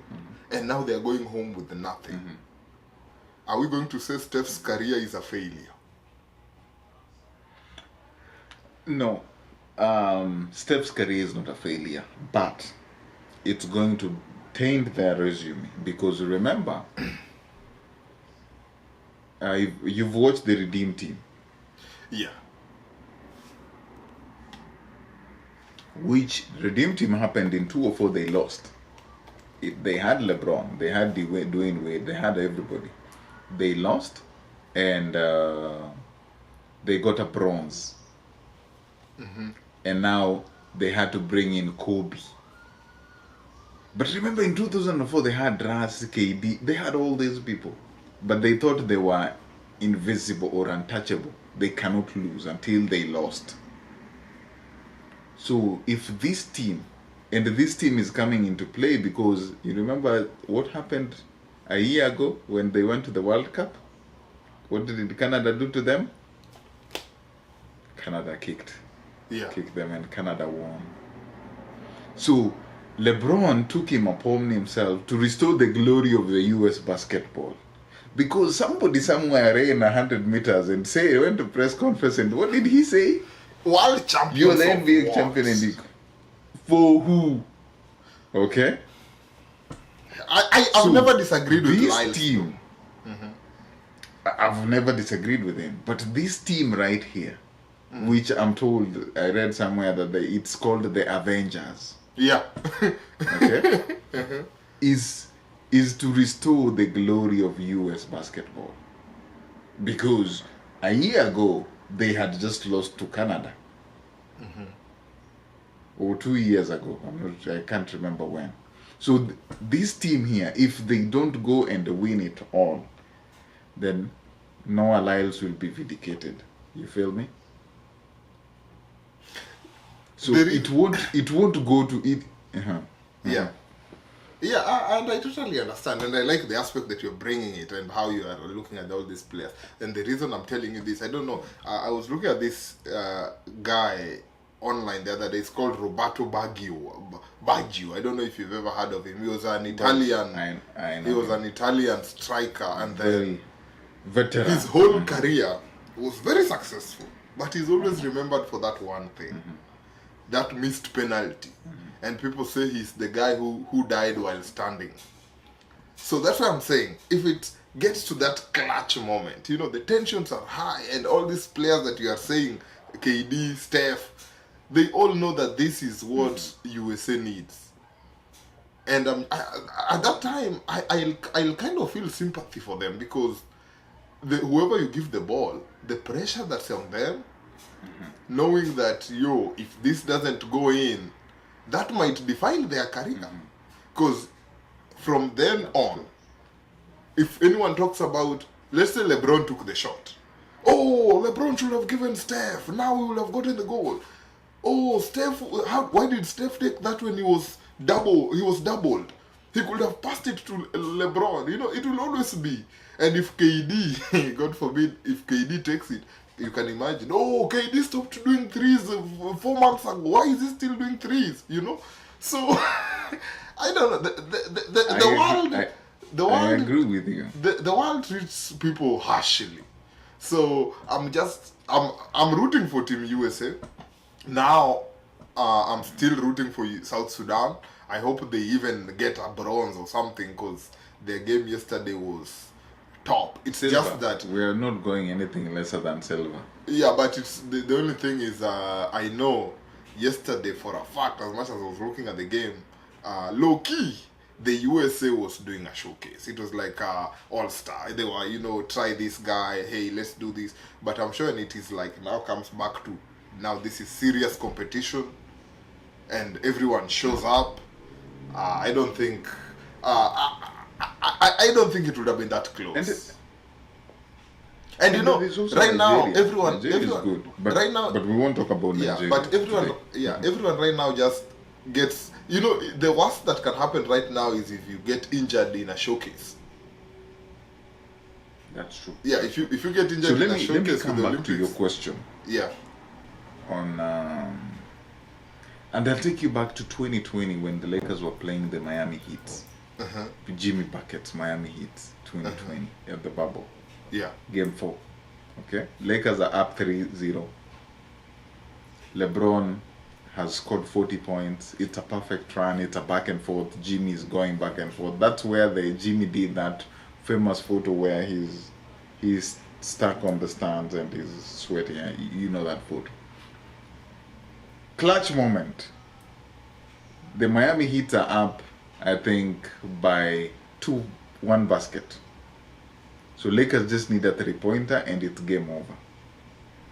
Who has the ball? LeBron. Bam, bam, bam, bam, bam. He goes, he's going to lay, and then switches up and sees Danny Green open and gives it to Danny Green. And Danny's left wide open. By himself. Then he takes that shot and he misses. Now we are going to game 5. Okay? And of course, like you said, people talk. Yeah. So long as that shot doesn't go in, people talk. Oh, why didn't LeBron take that shot? You know, why he was already he was already at the rim. Why did he doesn't trust himself? My God, Michael Jordan would not do that, right? Had LeBron gone Yeah. all the way to lay that ball Yes. and misses, the question would be, oh, Danny Green was open. Why is he selfish? He doesn't want to share that ball. Oh my God, will not do this. You feel me? So the same thing if, God forbid, Germany versus US or Greece, but or whichever country, and that moment comes back, and LeBron goes, or even Steph, or even Jason Tatum goes, and he doesn't dish that ball. Yeah. People will always talk. Even if he gives that ball, and that person makes it, people won't give the person who gave that ball credit. In this context, if LeBron goes, give it to Steph, and Steph wins the game, it will never be LeBron. It will be, if not for Steph, Yeah. LeBron would have not won. People will always talk at the end of the day. That's for sure. And that's why I won't pin it that it's going to be a failure on their career, because these people have decorated careers. Steph has 4 NBA champions, bro. You know, he's the all-time leading 3-point scorer. All-time. Not even Michael, not Larry Bird. Nobody's, not even Kobe's closer there. He's up there. We can't say that he's a failure, bro. And same to KD. He has all these things that, you know, people... Yeah, but Man, still, you know, but the worst thing is... He's in this... The worst thing is, this is like, you know, the height. Most of them are retiring after this Olympics, you know, and they'll just come back to the league for like a year or so. But, so in short, you're trying to tell me when it comes to clutch moments in the NBA Olympics, we don't recognize Halliburton, Derek White, Booker, Bam Adebayo. They're there. They're there. That's What? for sure. What? They're there, but... What if Bam Adebayo drives it? LeBron. No, bro. Like I said, You said Bam. like I said, and I think this Gills Arena once said it.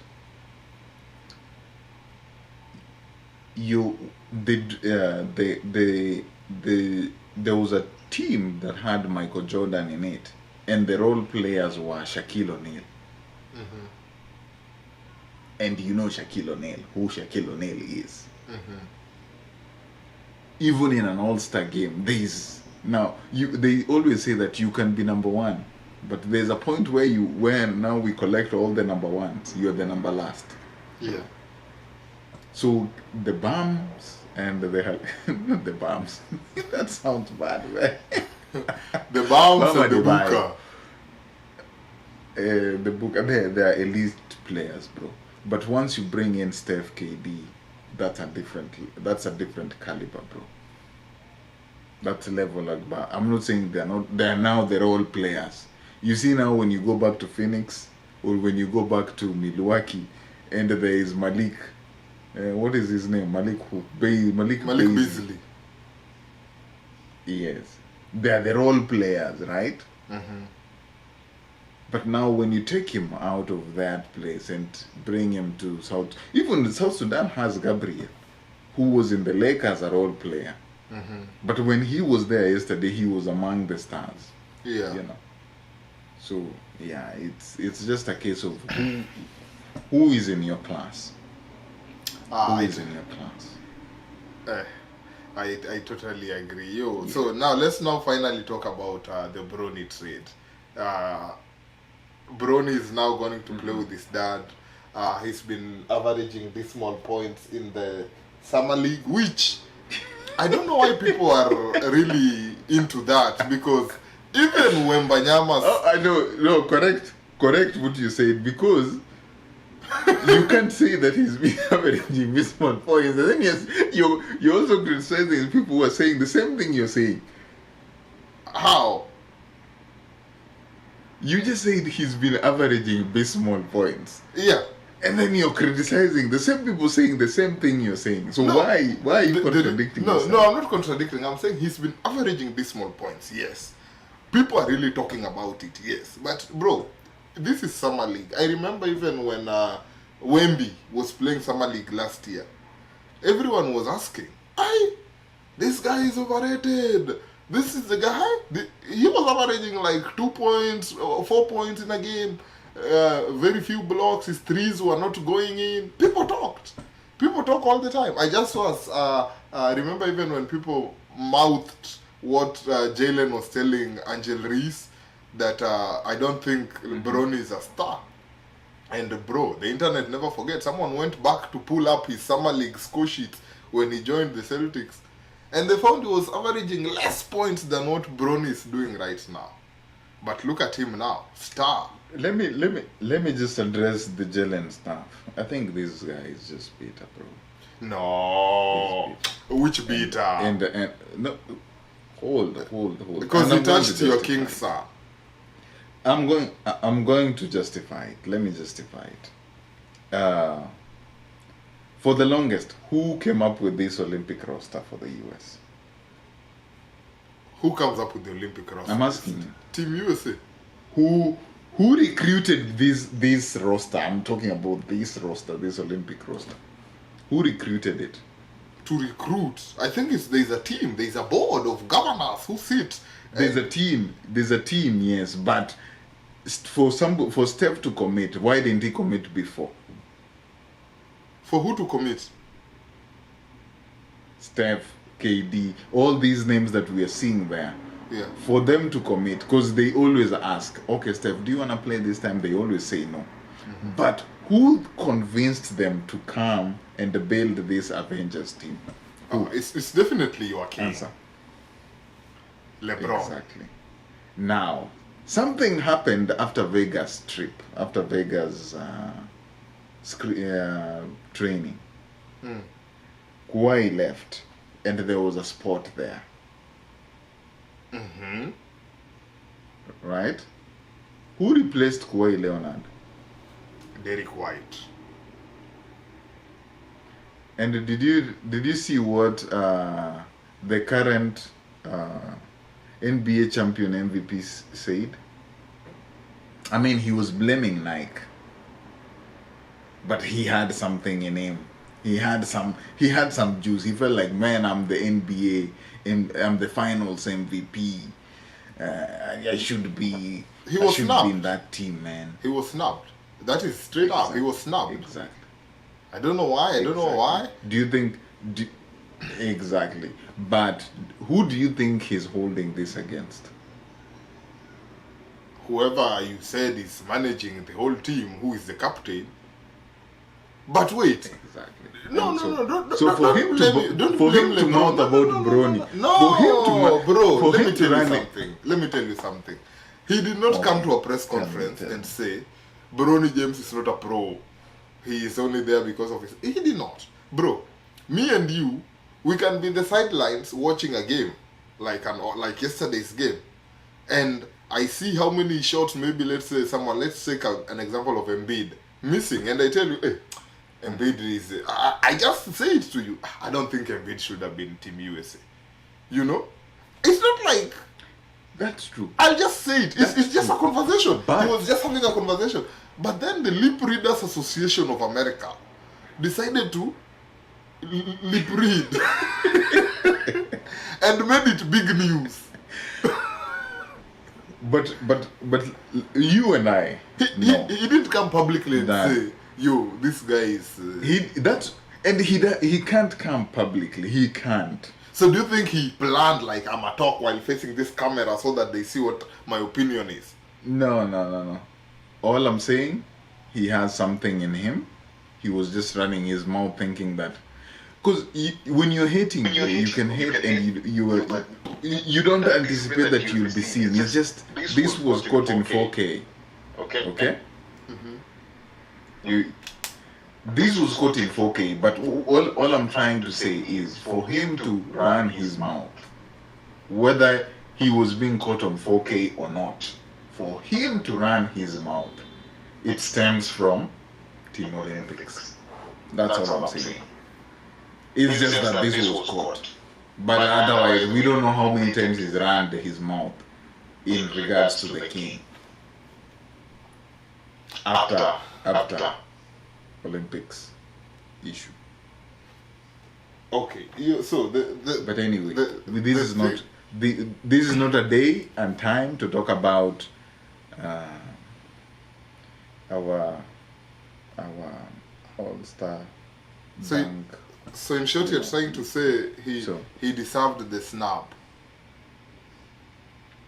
No, in short, I'm trying to say he's still bitter, and he's taking it out on the wrong person, which is okay. As human beings, no. I understand. As human, I'm bitter too. I understand it. I'm bitter too because, to be honest, like why isn't the current MVP, who is a US citizen, who has all the credentials, he's healthy, he's able to fight, he's able to represent the team, why is he not the one selected in the Team USA? What is it that the Team USA have against Jalen Brown that they had to ignore and pick Derek White? Yes, Derek White is an amazing team player. But why? And I'll answer you. Yeah. I'll answer you. Answer me. I'll give you a scenario. When you're going to shoot, right? And you're doing a movie. You have somebody, microphone guy, you have somebody to do camera, you have the actors, you have all those people, right? Do you carry excess actors and say, well, we don't need anybody to handle sound, even an actor can handle sound? No. You give everybody their department, right? Yeah. That is your answer. When Team US is being assembled, okay? We are looking at, we already have, this is the skeleton. And the skeleton is the starting five. LeBron, Drew, KD, I don't want to say Embiid, Steph, Embiid, or AD. You get, that is the skeleton. Now we want to add the flesh, because this flesh cannot work without the skeleton. The skeleton is this, okay? Now we want to add the flesh. When we're adding flesh, we can't just add flesh anyhow. When we're adding this flesh, the biceps, we have to add enough flesh that is going to make the biceps and the guns look this good. You see this? We can't just put it flat. Okay? We can't just make it flat. So adding Derek White, in as much as Jalen Brown is good and better than Derek White, but there's a role that Derek White has played perfect than.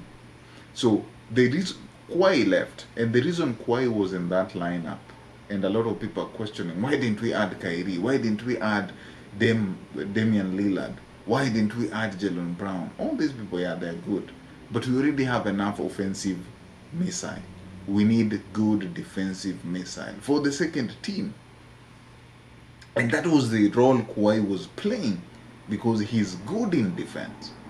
All these people, the Kyrie Irvings of you, all the Damian Lillard, they are good. But even you know, the reason Milwaukee lost was not that Dame was not good. You lost to Drew. And the day you will find somebody to replace the role Drew used to play, you will never be the same Milwaukee again. You know that. And you can't go to the market today and go get, say, Steph. It won't work. You have to fill in that role. That is what they required. That was the missing piece. We can't just fill that piece because, like you said, you can't just carry an actor because he's good and leave a sound guy.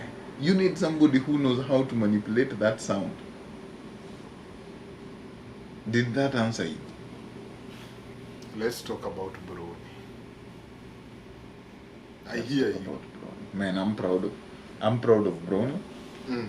And I'll just tell him block all the noise, because what people are talking about today, Steph's dad was in the NBA. Why are we not talking about that?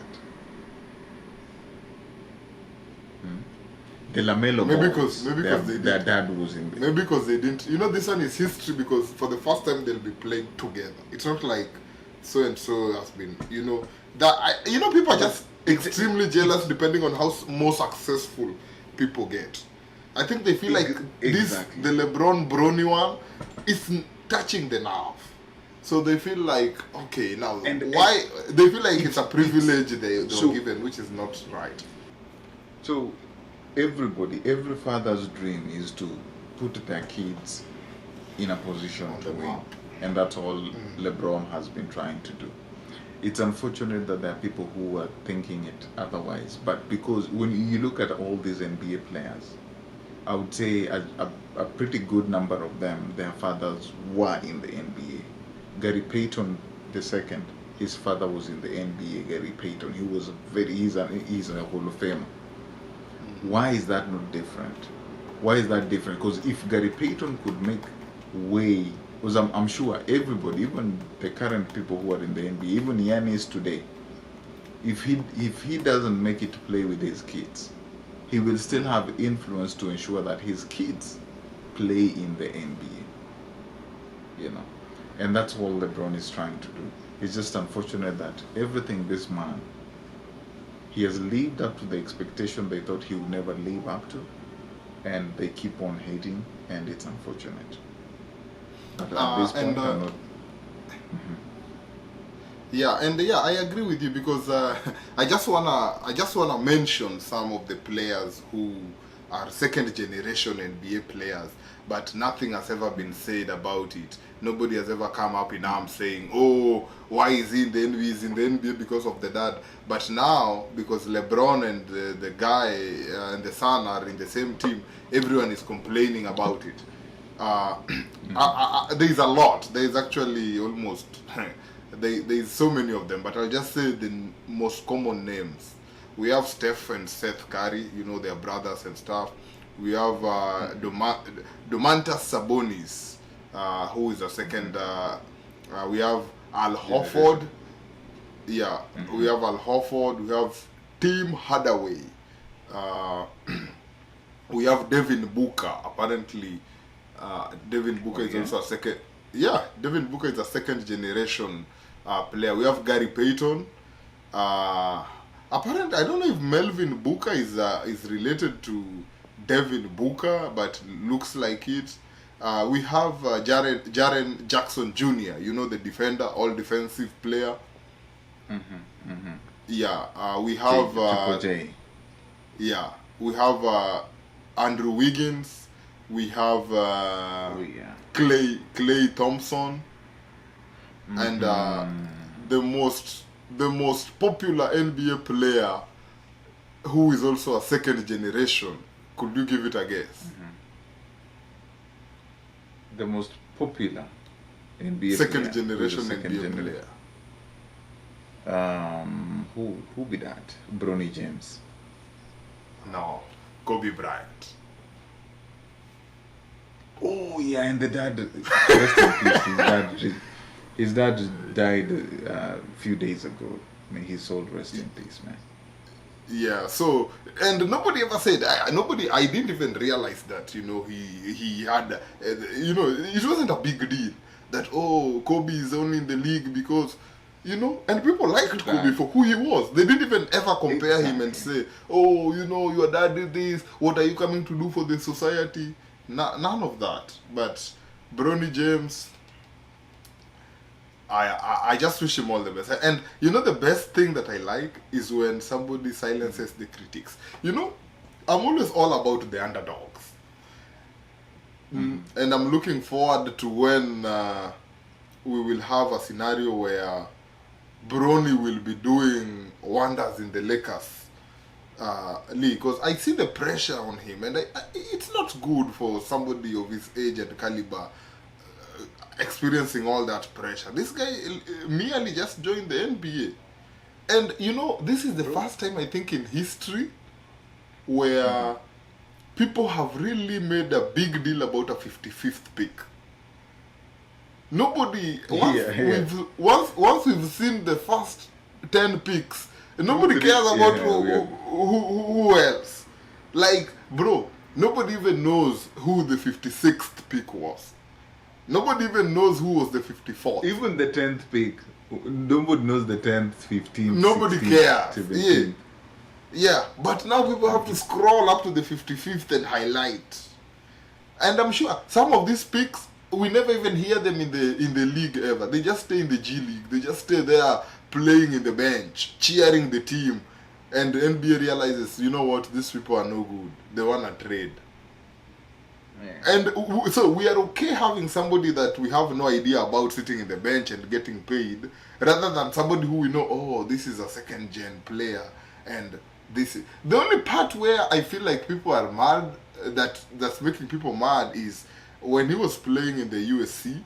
There are some players who are actually averaging more points and playing more offensive than he did, and they feel like those players not being drafted while he was drafted is creating the Whose fault is that? Whose fault is that? and I think it's bro, it's neither. It's neither. If those people's parent would go out of their way to do whatever it takes to ensure, hey, my son is drafted, talk to the right coaches, talk to the right people, build from scratch like LeBron, just like you said, he built his teammate from scratch, then they would have made it work. Recently, we saw Donald Trump Jr. talk in his convention. Why are we not talking about that? But that's not even here or there. Why is LeBron already has all these resources? What is wrong with taking advantage of the resources he has? Exactly.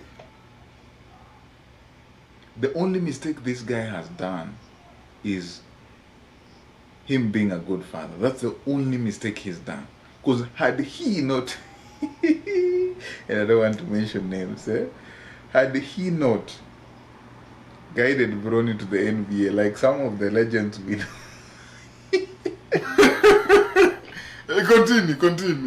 Continue.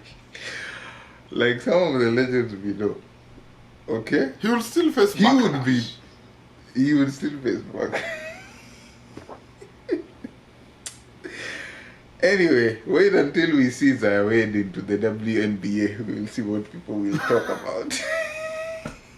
I saw that joke. But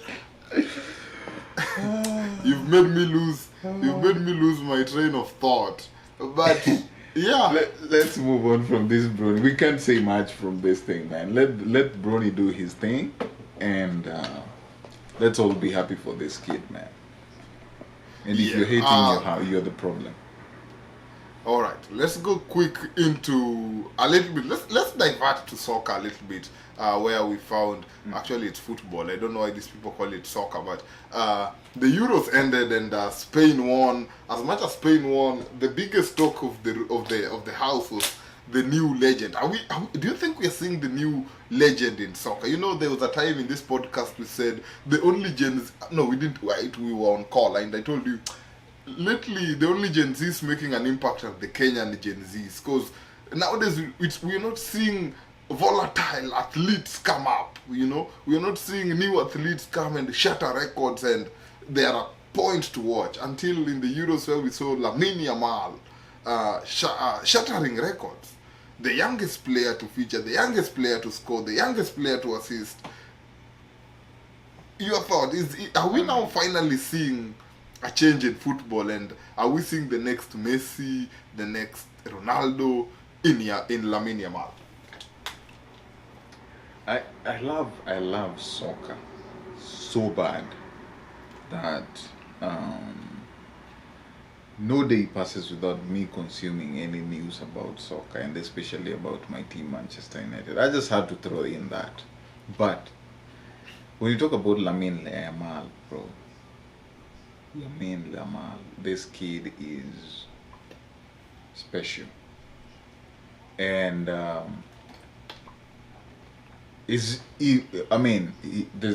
like you said, this is a kid who's shattered records. Every single time he step onto that field, there's something that is going to smash because of his age and his talent.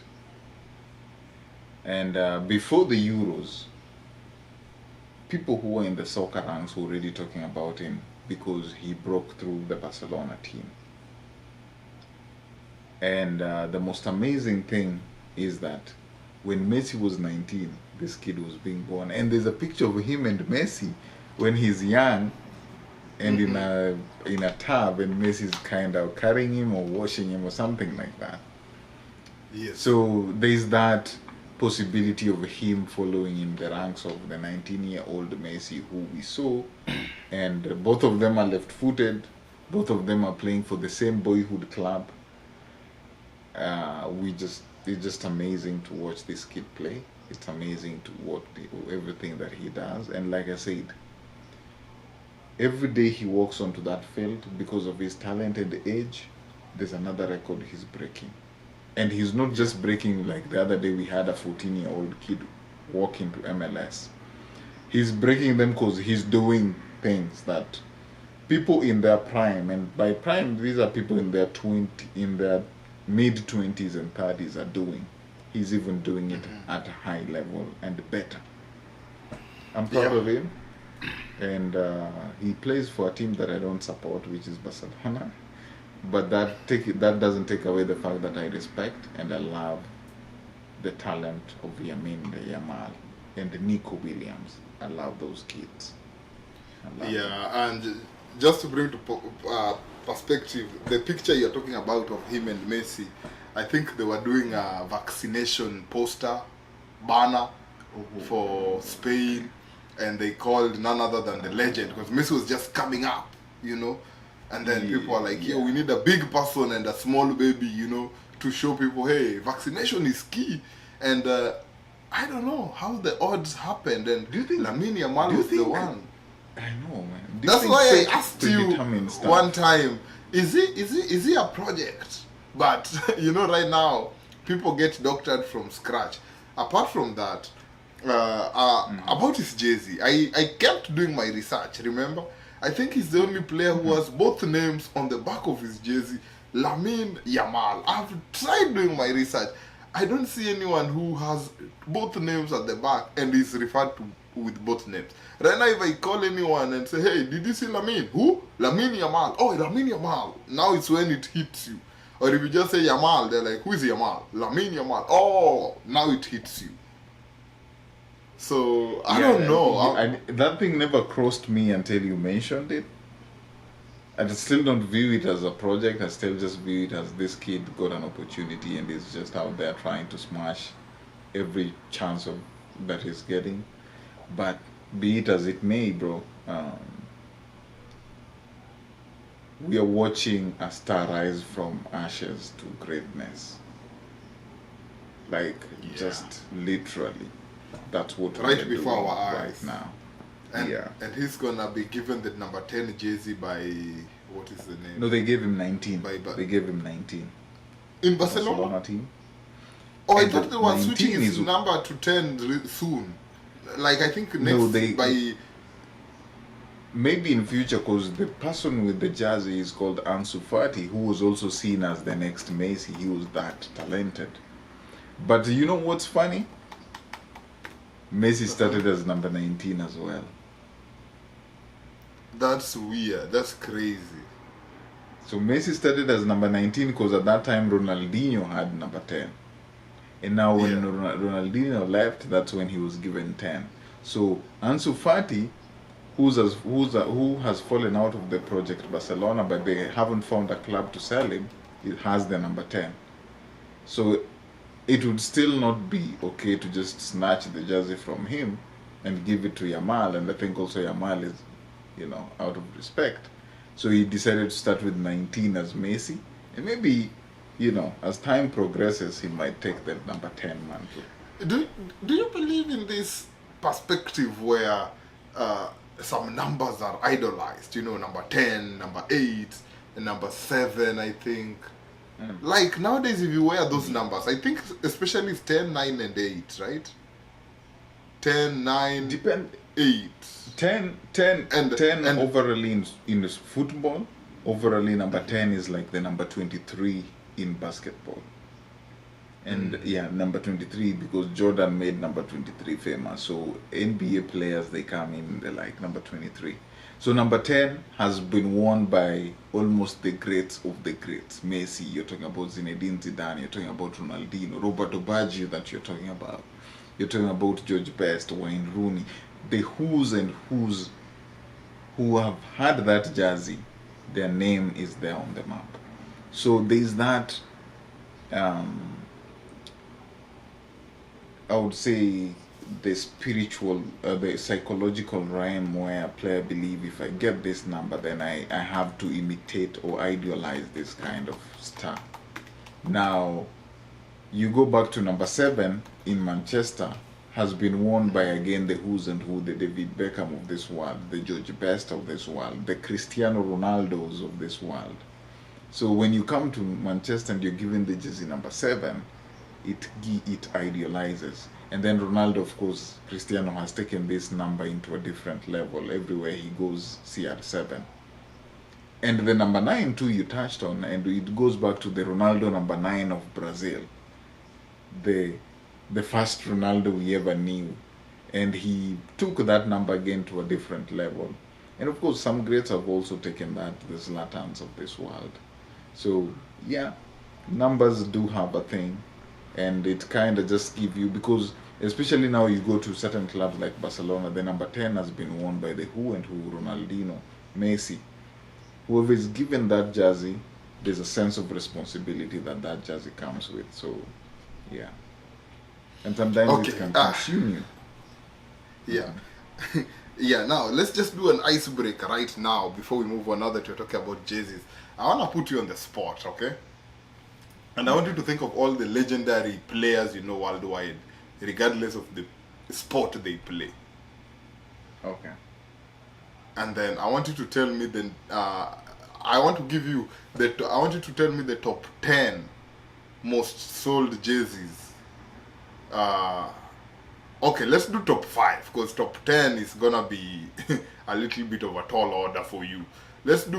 I want you to estimate the top 5 most sold jerseys. Let's start with just tell me anyone you think about and I'll tell you which number they are.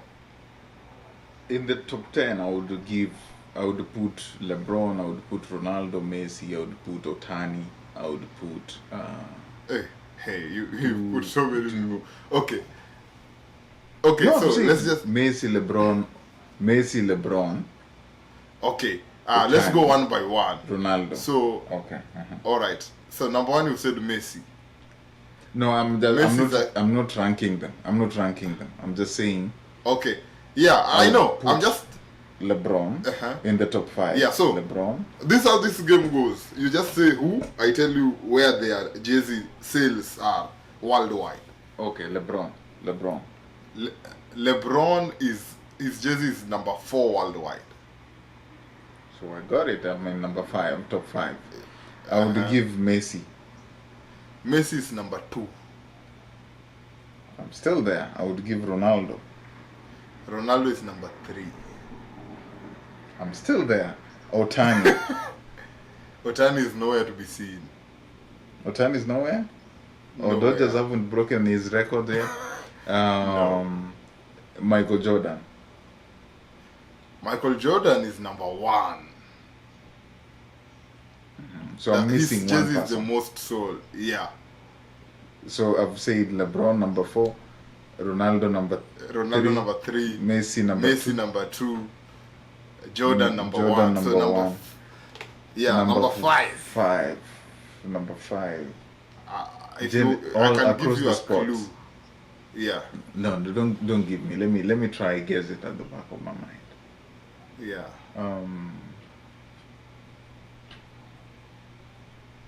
Tom Brady. You are a legend. You are iconic. That's number 5. Tom Brady. Bro, you are very smart. You are very smart. I just know this guy. Otani, I don't know why I pushed Otani there, but when he went to Dodgers, I thought they broke the numbers. But yeah. Yeah, in baseball, the best-selling jersey is someone called Derek Jeter. He plays. Oh, he's a Yankees? beast. You know, I don't. Yeah, Yankees. I don't watch MLB one bit. Yeah, So Derek Jeter, those are the big names. Derek Jeter, Alex Rodriguez, those are, bro. He's now a reporter, Derek Jeter, with Fox, so I think. oh He's a yeah, legend. and He's a legend. your boy, my homie, is number 10. Number 10, my homie. We are coming down there. We're coming down there. Yeah, so yeah, other popular names So, are Kobe is number 7. Neymar Jr. is number 8. And then there is also a guy who is I don't know him, but I think he's very popular because he plays NHL. The one that we watched the other time, Sidney Crosby. Yeah, he plays NHL. So yeah, but I'm sure people who are really big with the NHL, you know, the ice hockey, which we really enjoyed the finals. yeah.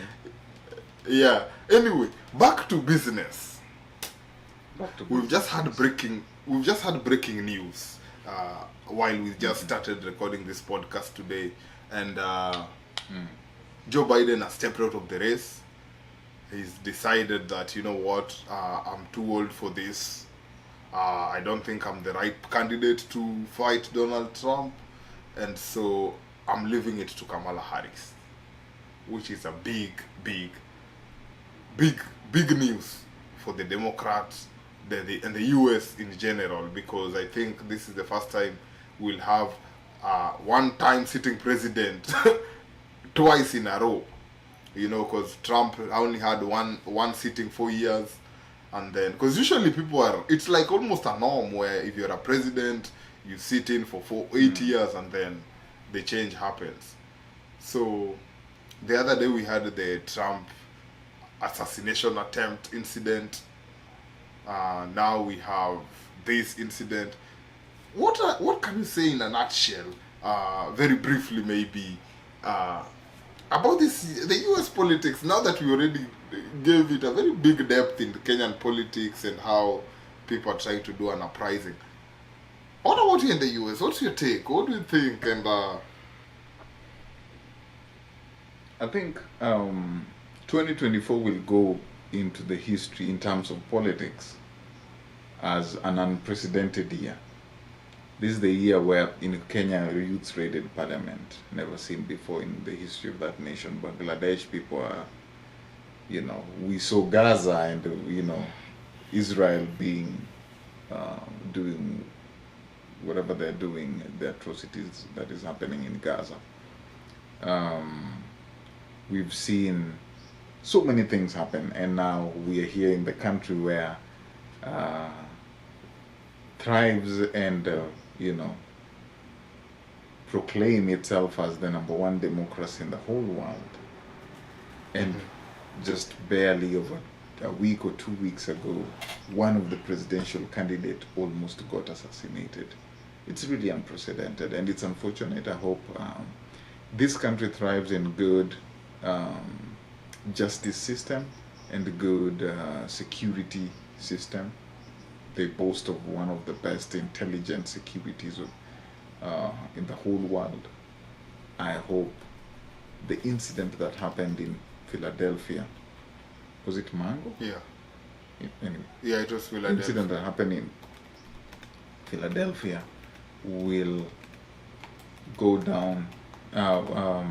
It's going to go down in history, of course, but I hope that the security agencies get to the bottom of it. I hope they, you know, they uncover and know why that incident happened. It's unfortunate for the people supporting Donald Trump. And political violence never in any way in this world is never encouraged. And I don't think it's something that even both parties, which if you've been a keen follower of the American politics, there has been a lot. Maybe the candidate themselves they might not admit, but how they word their wordings during campaign influences and motivates and radicalizes their followers. They might just think that they're saying, when somebody's saying we are going to war, we are going to fight, we are going to do this. They're just wording these words and they think these words are not harmless. I normally tell people that when you're in a first world and a third world, there's no contrast. They are the same. Only that. So the problem that are in the first world are the same problem that are in the third world. The difference in these problems is the problems in first world are magnified. So if it is an assassination attempt, it is magnified. You know. So America is not isolated that these things can't happen. It's unfortunate that it's just happening at these unprecedented times, but I hope, you know, America can leap over and all the candidates can tone down their language and how they deliver their political speech so that people don't get radicalized in how they are saying stuff. And the most important thing is there's life beyond November. So to the Trump's followers and his own people, I just hope they move beyond this and they get the answers they need as to why all this was happening, and the security do their job and find whatever was going on, and just foster unity from both parties, because that's what America thrives in. That's why it's even called the United States. Now to the unprecedented news we just had about Joe Biden dropping off the race. Man, I wonder why they even said, because it took 4 months to the election, bro. 4 months to the election. This was your leading candidate. You didn't even do primaries this time. There were no debates. 4 months to the election for them to do. I mean, I'm not saying Biden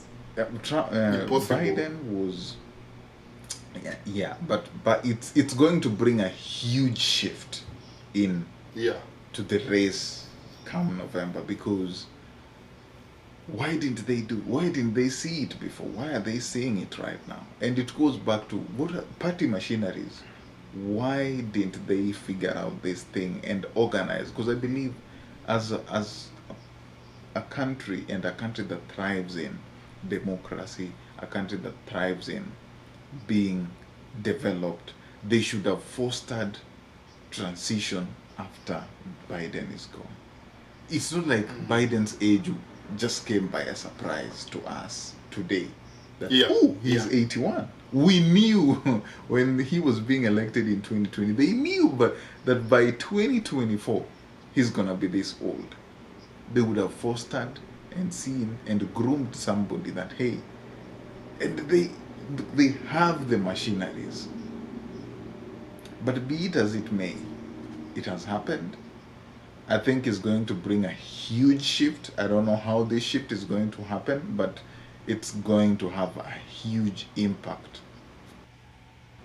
on the elections that are going to come in November, especially with the timeline that we are working on. Now they have to groom a new candidate and start selling this candidate within 4 months to the people within 4 months. And remember, the person with the machine, and it's going to bring a lot of legal issues, because the person with the campaign machineries was Biden. It's going to be interesting to see within these 4 months how they're going to juggle between taking all the campaign machineries that Biden had and transfer them into the person. And by machineries, I mean people contributing. In America is the opposite. Citizens contribute to candidates, and the citizens express their voice that they wanted Biden to. So it's going to be interesting. I don't know how they're going to juggle. I wish them all the best, but yeah, they're going to work twice as hard. And my friend, I agree with you entirely, because this is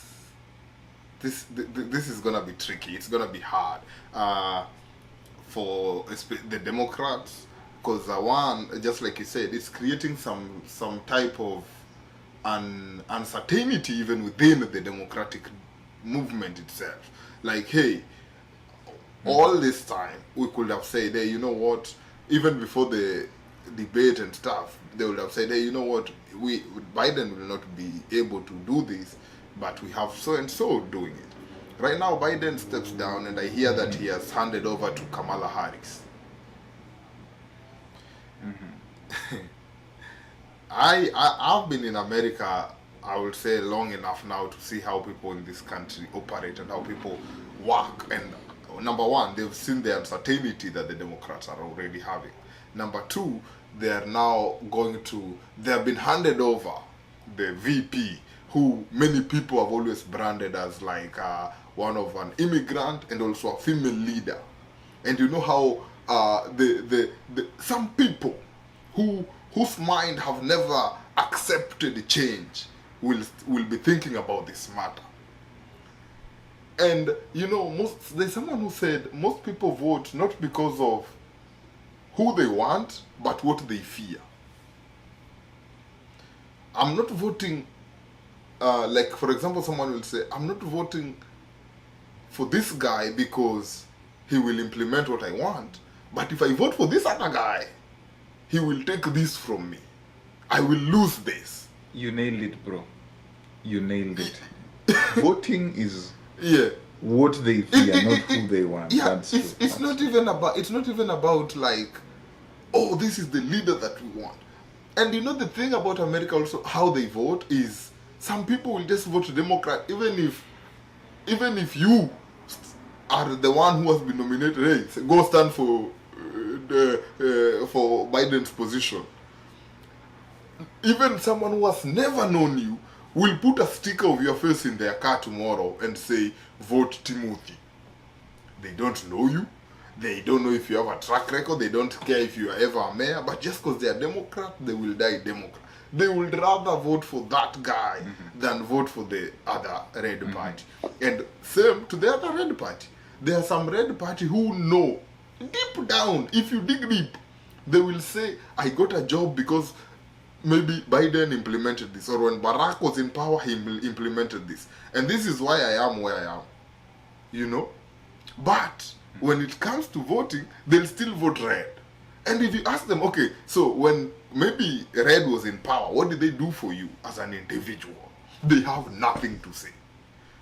They'll be like, you know, I'm a red man. My parents voted red. I'm voting red. And one thing I found very interesting, and especially when the shooting happened, and I think sometimes I was suspect too. I was guilty of it, where the suspicion started coming up. Where was it real? Was it fake? You know? And conspiracy theory. Yeah, and you realize when you're a Democrat, you are leaning onto the posts where people are saying it is fake. Yes, share. To a certain direction. It was planned. Share. It was this, double tap. But the moment you hear someone say, oh, God saved so and so, if he didn't shake his head, ignore. You don't want to give it up. It's not like you just want, you know, that's what they say. There's something about ignorance, it does something to people, where you'd rather ignore that information so that you don't know about it, rather than hear about it. Why? Because you feel like it will fine-tune or it will change something about you. My bottom line is that shooting, that assassination attempt and everything, I'm against it. It should not have happened. Planned, not planned. It happened. It was not supposed to happen. Like, I don't see why politics should get to a point where someone wants to assassinate another individual. Why? In that same attempt, as much as maybe the bullet, let's say, didn't get the target, it hit someone else's parent and they died. Someone else lost their dad for life because there was unwanted behavior in a specific spot. And again, back to my analogy where I was saying, this fact that at this time, with only 4 months to the elections, the Democrats are experiencing all this. Now, all those Democrats who Because until this morning, everyone wanted to vote for Biden because of A, B, C, and D. But now, that person who they had a track record of is no longer there. So, they have to get new ideas. Why am I voting for whoever will be now there? What have they done? What's their track record? I have to adjust to it within only... And that candidate, because if, I don't know, did he endorse Kamala? But be it as it may, whether he endorsed or not, Kamala now has to choreograph his candidature. Mm-hmm. The initial Kamala as VP was campaigning on the basis of what Biden is going to offer. Yeah. Now she has to choreograph her candidature to bring in the things she's going to do. Not what Biden planned to do. What she is going to do as the next candidate. Yeah. If she is the next candidate, that is. That is only one. Yeah. And then, remember, this same Kamala has to come up with a VP. Because remember, in the US, if you are running for president, you have to have your VP. Because he is no longer VP. Yes, sir. Yeah. Unless she also says, I still want to be VP, but I endorse this person to be my other leader. This VP, will he split the Democrats more, or will he bring the unity? And who are we looking at? Who will she pick? Right now, they have times. Interesting time we are. Interesting times in the US over here. But at the same time, some people will say that better late than never. So it was inevitable for them for Biden to drop out the race. Better late than never. And some will argue that maybe there's still time to market, because everything that happened in the past week, the attention went to the Republican side. Mm-hmm. And politics is about attention. Now, whatever has just happened right now, the attention is shifting, and people, even the Republican Party, they are now looking at, okay, what is going to be their next move? Yeah. Okay? Mm-hmm. So I think it might be a political strategy on the Democratic side. Let me ask you this. But if it's a political strategy, and it's a tall order. Mm-hmm. Bro, politics, anything that gets your attention, be it good or bad. Yeah. And especially the bad ones that people don't think you can't overcome. That is what ignites that. But anyway, let me ask you this. Yeah. Let's not dwell so much into this. Up to this point, we are not sure if it is Kamala, right? According to I've now, seen in certain corridors. As of now, Kamala is now the Democratic candidate. Just because Biden has endorsed. It seems like. Did he endorse this statement? Biden endorsed. Biden drops out of 2024 race, endorses Harris. That's according to the New York Times. Okay. But Biden is not Democratic Party. So he is just an opinion. People have been saying somewhere, Michelle Obama. What do you think? Do you think they should stick to Kamala or Michelle Obama? No, the thing is, this is what it comes down to, and we started this by talking about Kenyan politics. What next? And this is what America also was not prepared for, because for the last 8 years, we only knew Biden and Trump. So we are now in a situation where Biden has done what the Kenyan president is supposed to do. Biden is the one who has stepped down.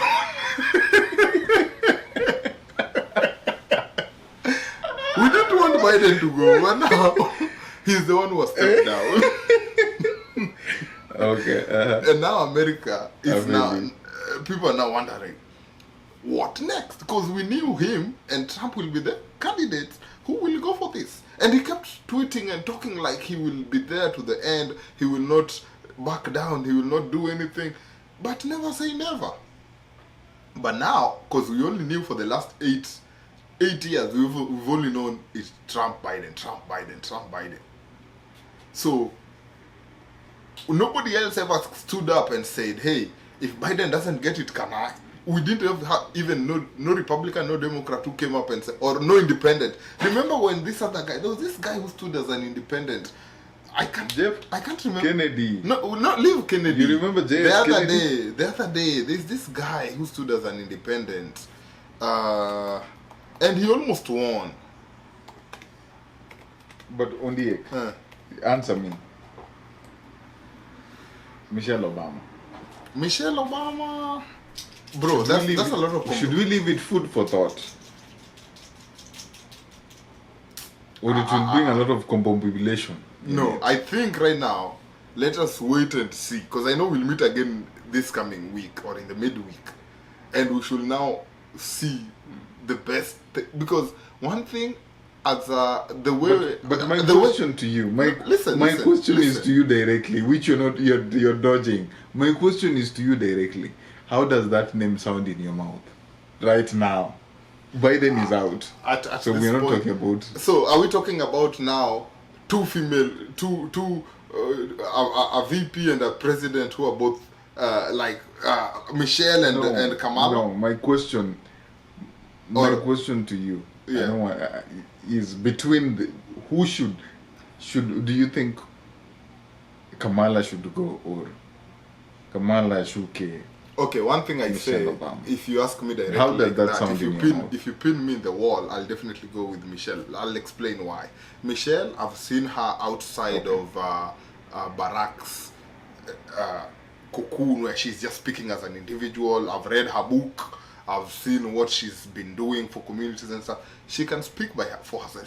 She does stuff, and she's somebody who can definitely sell her opinions and vice. She can talk to people and make some changes here and there and stuff. However, the reason I'm not going with Kamala, and I feel like it will be a tall order for Kamala, is because all through this vice presidency for the past 4 years, there has been a saying, and we've all seen it, where she's been so quote unquote quiet, like silent VP. Quiet. Yeah. Like she's always there. She's there to be seen but not to be heard. You know, she's always like, yeah, I support. But show me any clip, show me any video, show me anything where we've seen her talk to the people, stamp her foot on the ground, and we've said, wow, I didn't know, we were not familiar with your game, Miss Kamala. It's almost hard to find on YouTube. It's hard to find on the internet. But if you look at Michelle, there are places where she stood and spoke, and you could see, and many people have acclaimed that, yeah, she has some leadership skills in her. But if people complained about Bronny signing up because of the dad, imagine what people would say if she stood up because her husband was former president. Ondiek. But that's my Clinton did it. Yeah, but what happened to Hillary? Did she even get closer to sniffing? It is tough times. But anyway, that's my parting shot on the egg. Anyway, I don't have anything. I know we should meet again this week. Yeah, and Olympics starts this week, so we should meet. Let's try and meet either on Wednesday or Thursday, because they kick off on Friday, so we can see exactly where that is headed. Talk more sports. Who are you looking up to the most in the 100 meters? I know our boy Fedio is coming up hot, so Omanyala. Omanyala. The world will know who Omanyala is this coming Sunday. Buana, this time we are going to chew everybody in the 100 meters. Take it to the bank. Hey, bro, I've had this friend of mine who has always wanted to say hi to you since we started the podcast. I don't know if you'll see him. Hey, doggy. Yeah. What's his name or her name? His name looks is like Bo. Bo, yeah. Hey, doggy. Bo. Alright, so Bo. He did that thing. As I said, Bo, he did that thing. Yeah, he's the one who was doing something. He was gifting The other friend. Yeah, he's the Yoki who came and fought with the USA yesterday. You know, USA was the pit bull, Okay. and this was the Yoki that brought the fight. I know. You should do some grooming though. I groom him myself. I'm a very good. Do some. Oh, okay. All right. Yeah. But All right, man. I appreciate you. Hope people can subscribe to our YouTube channel. Yeah, This everyone is where should we subscribe. discuss all the trending topics. This is the #1 YouTube channel, and you don't want to miss every topic that we sit here and indulge in. Exactly. Politics, sports, lifestyle, celebrity.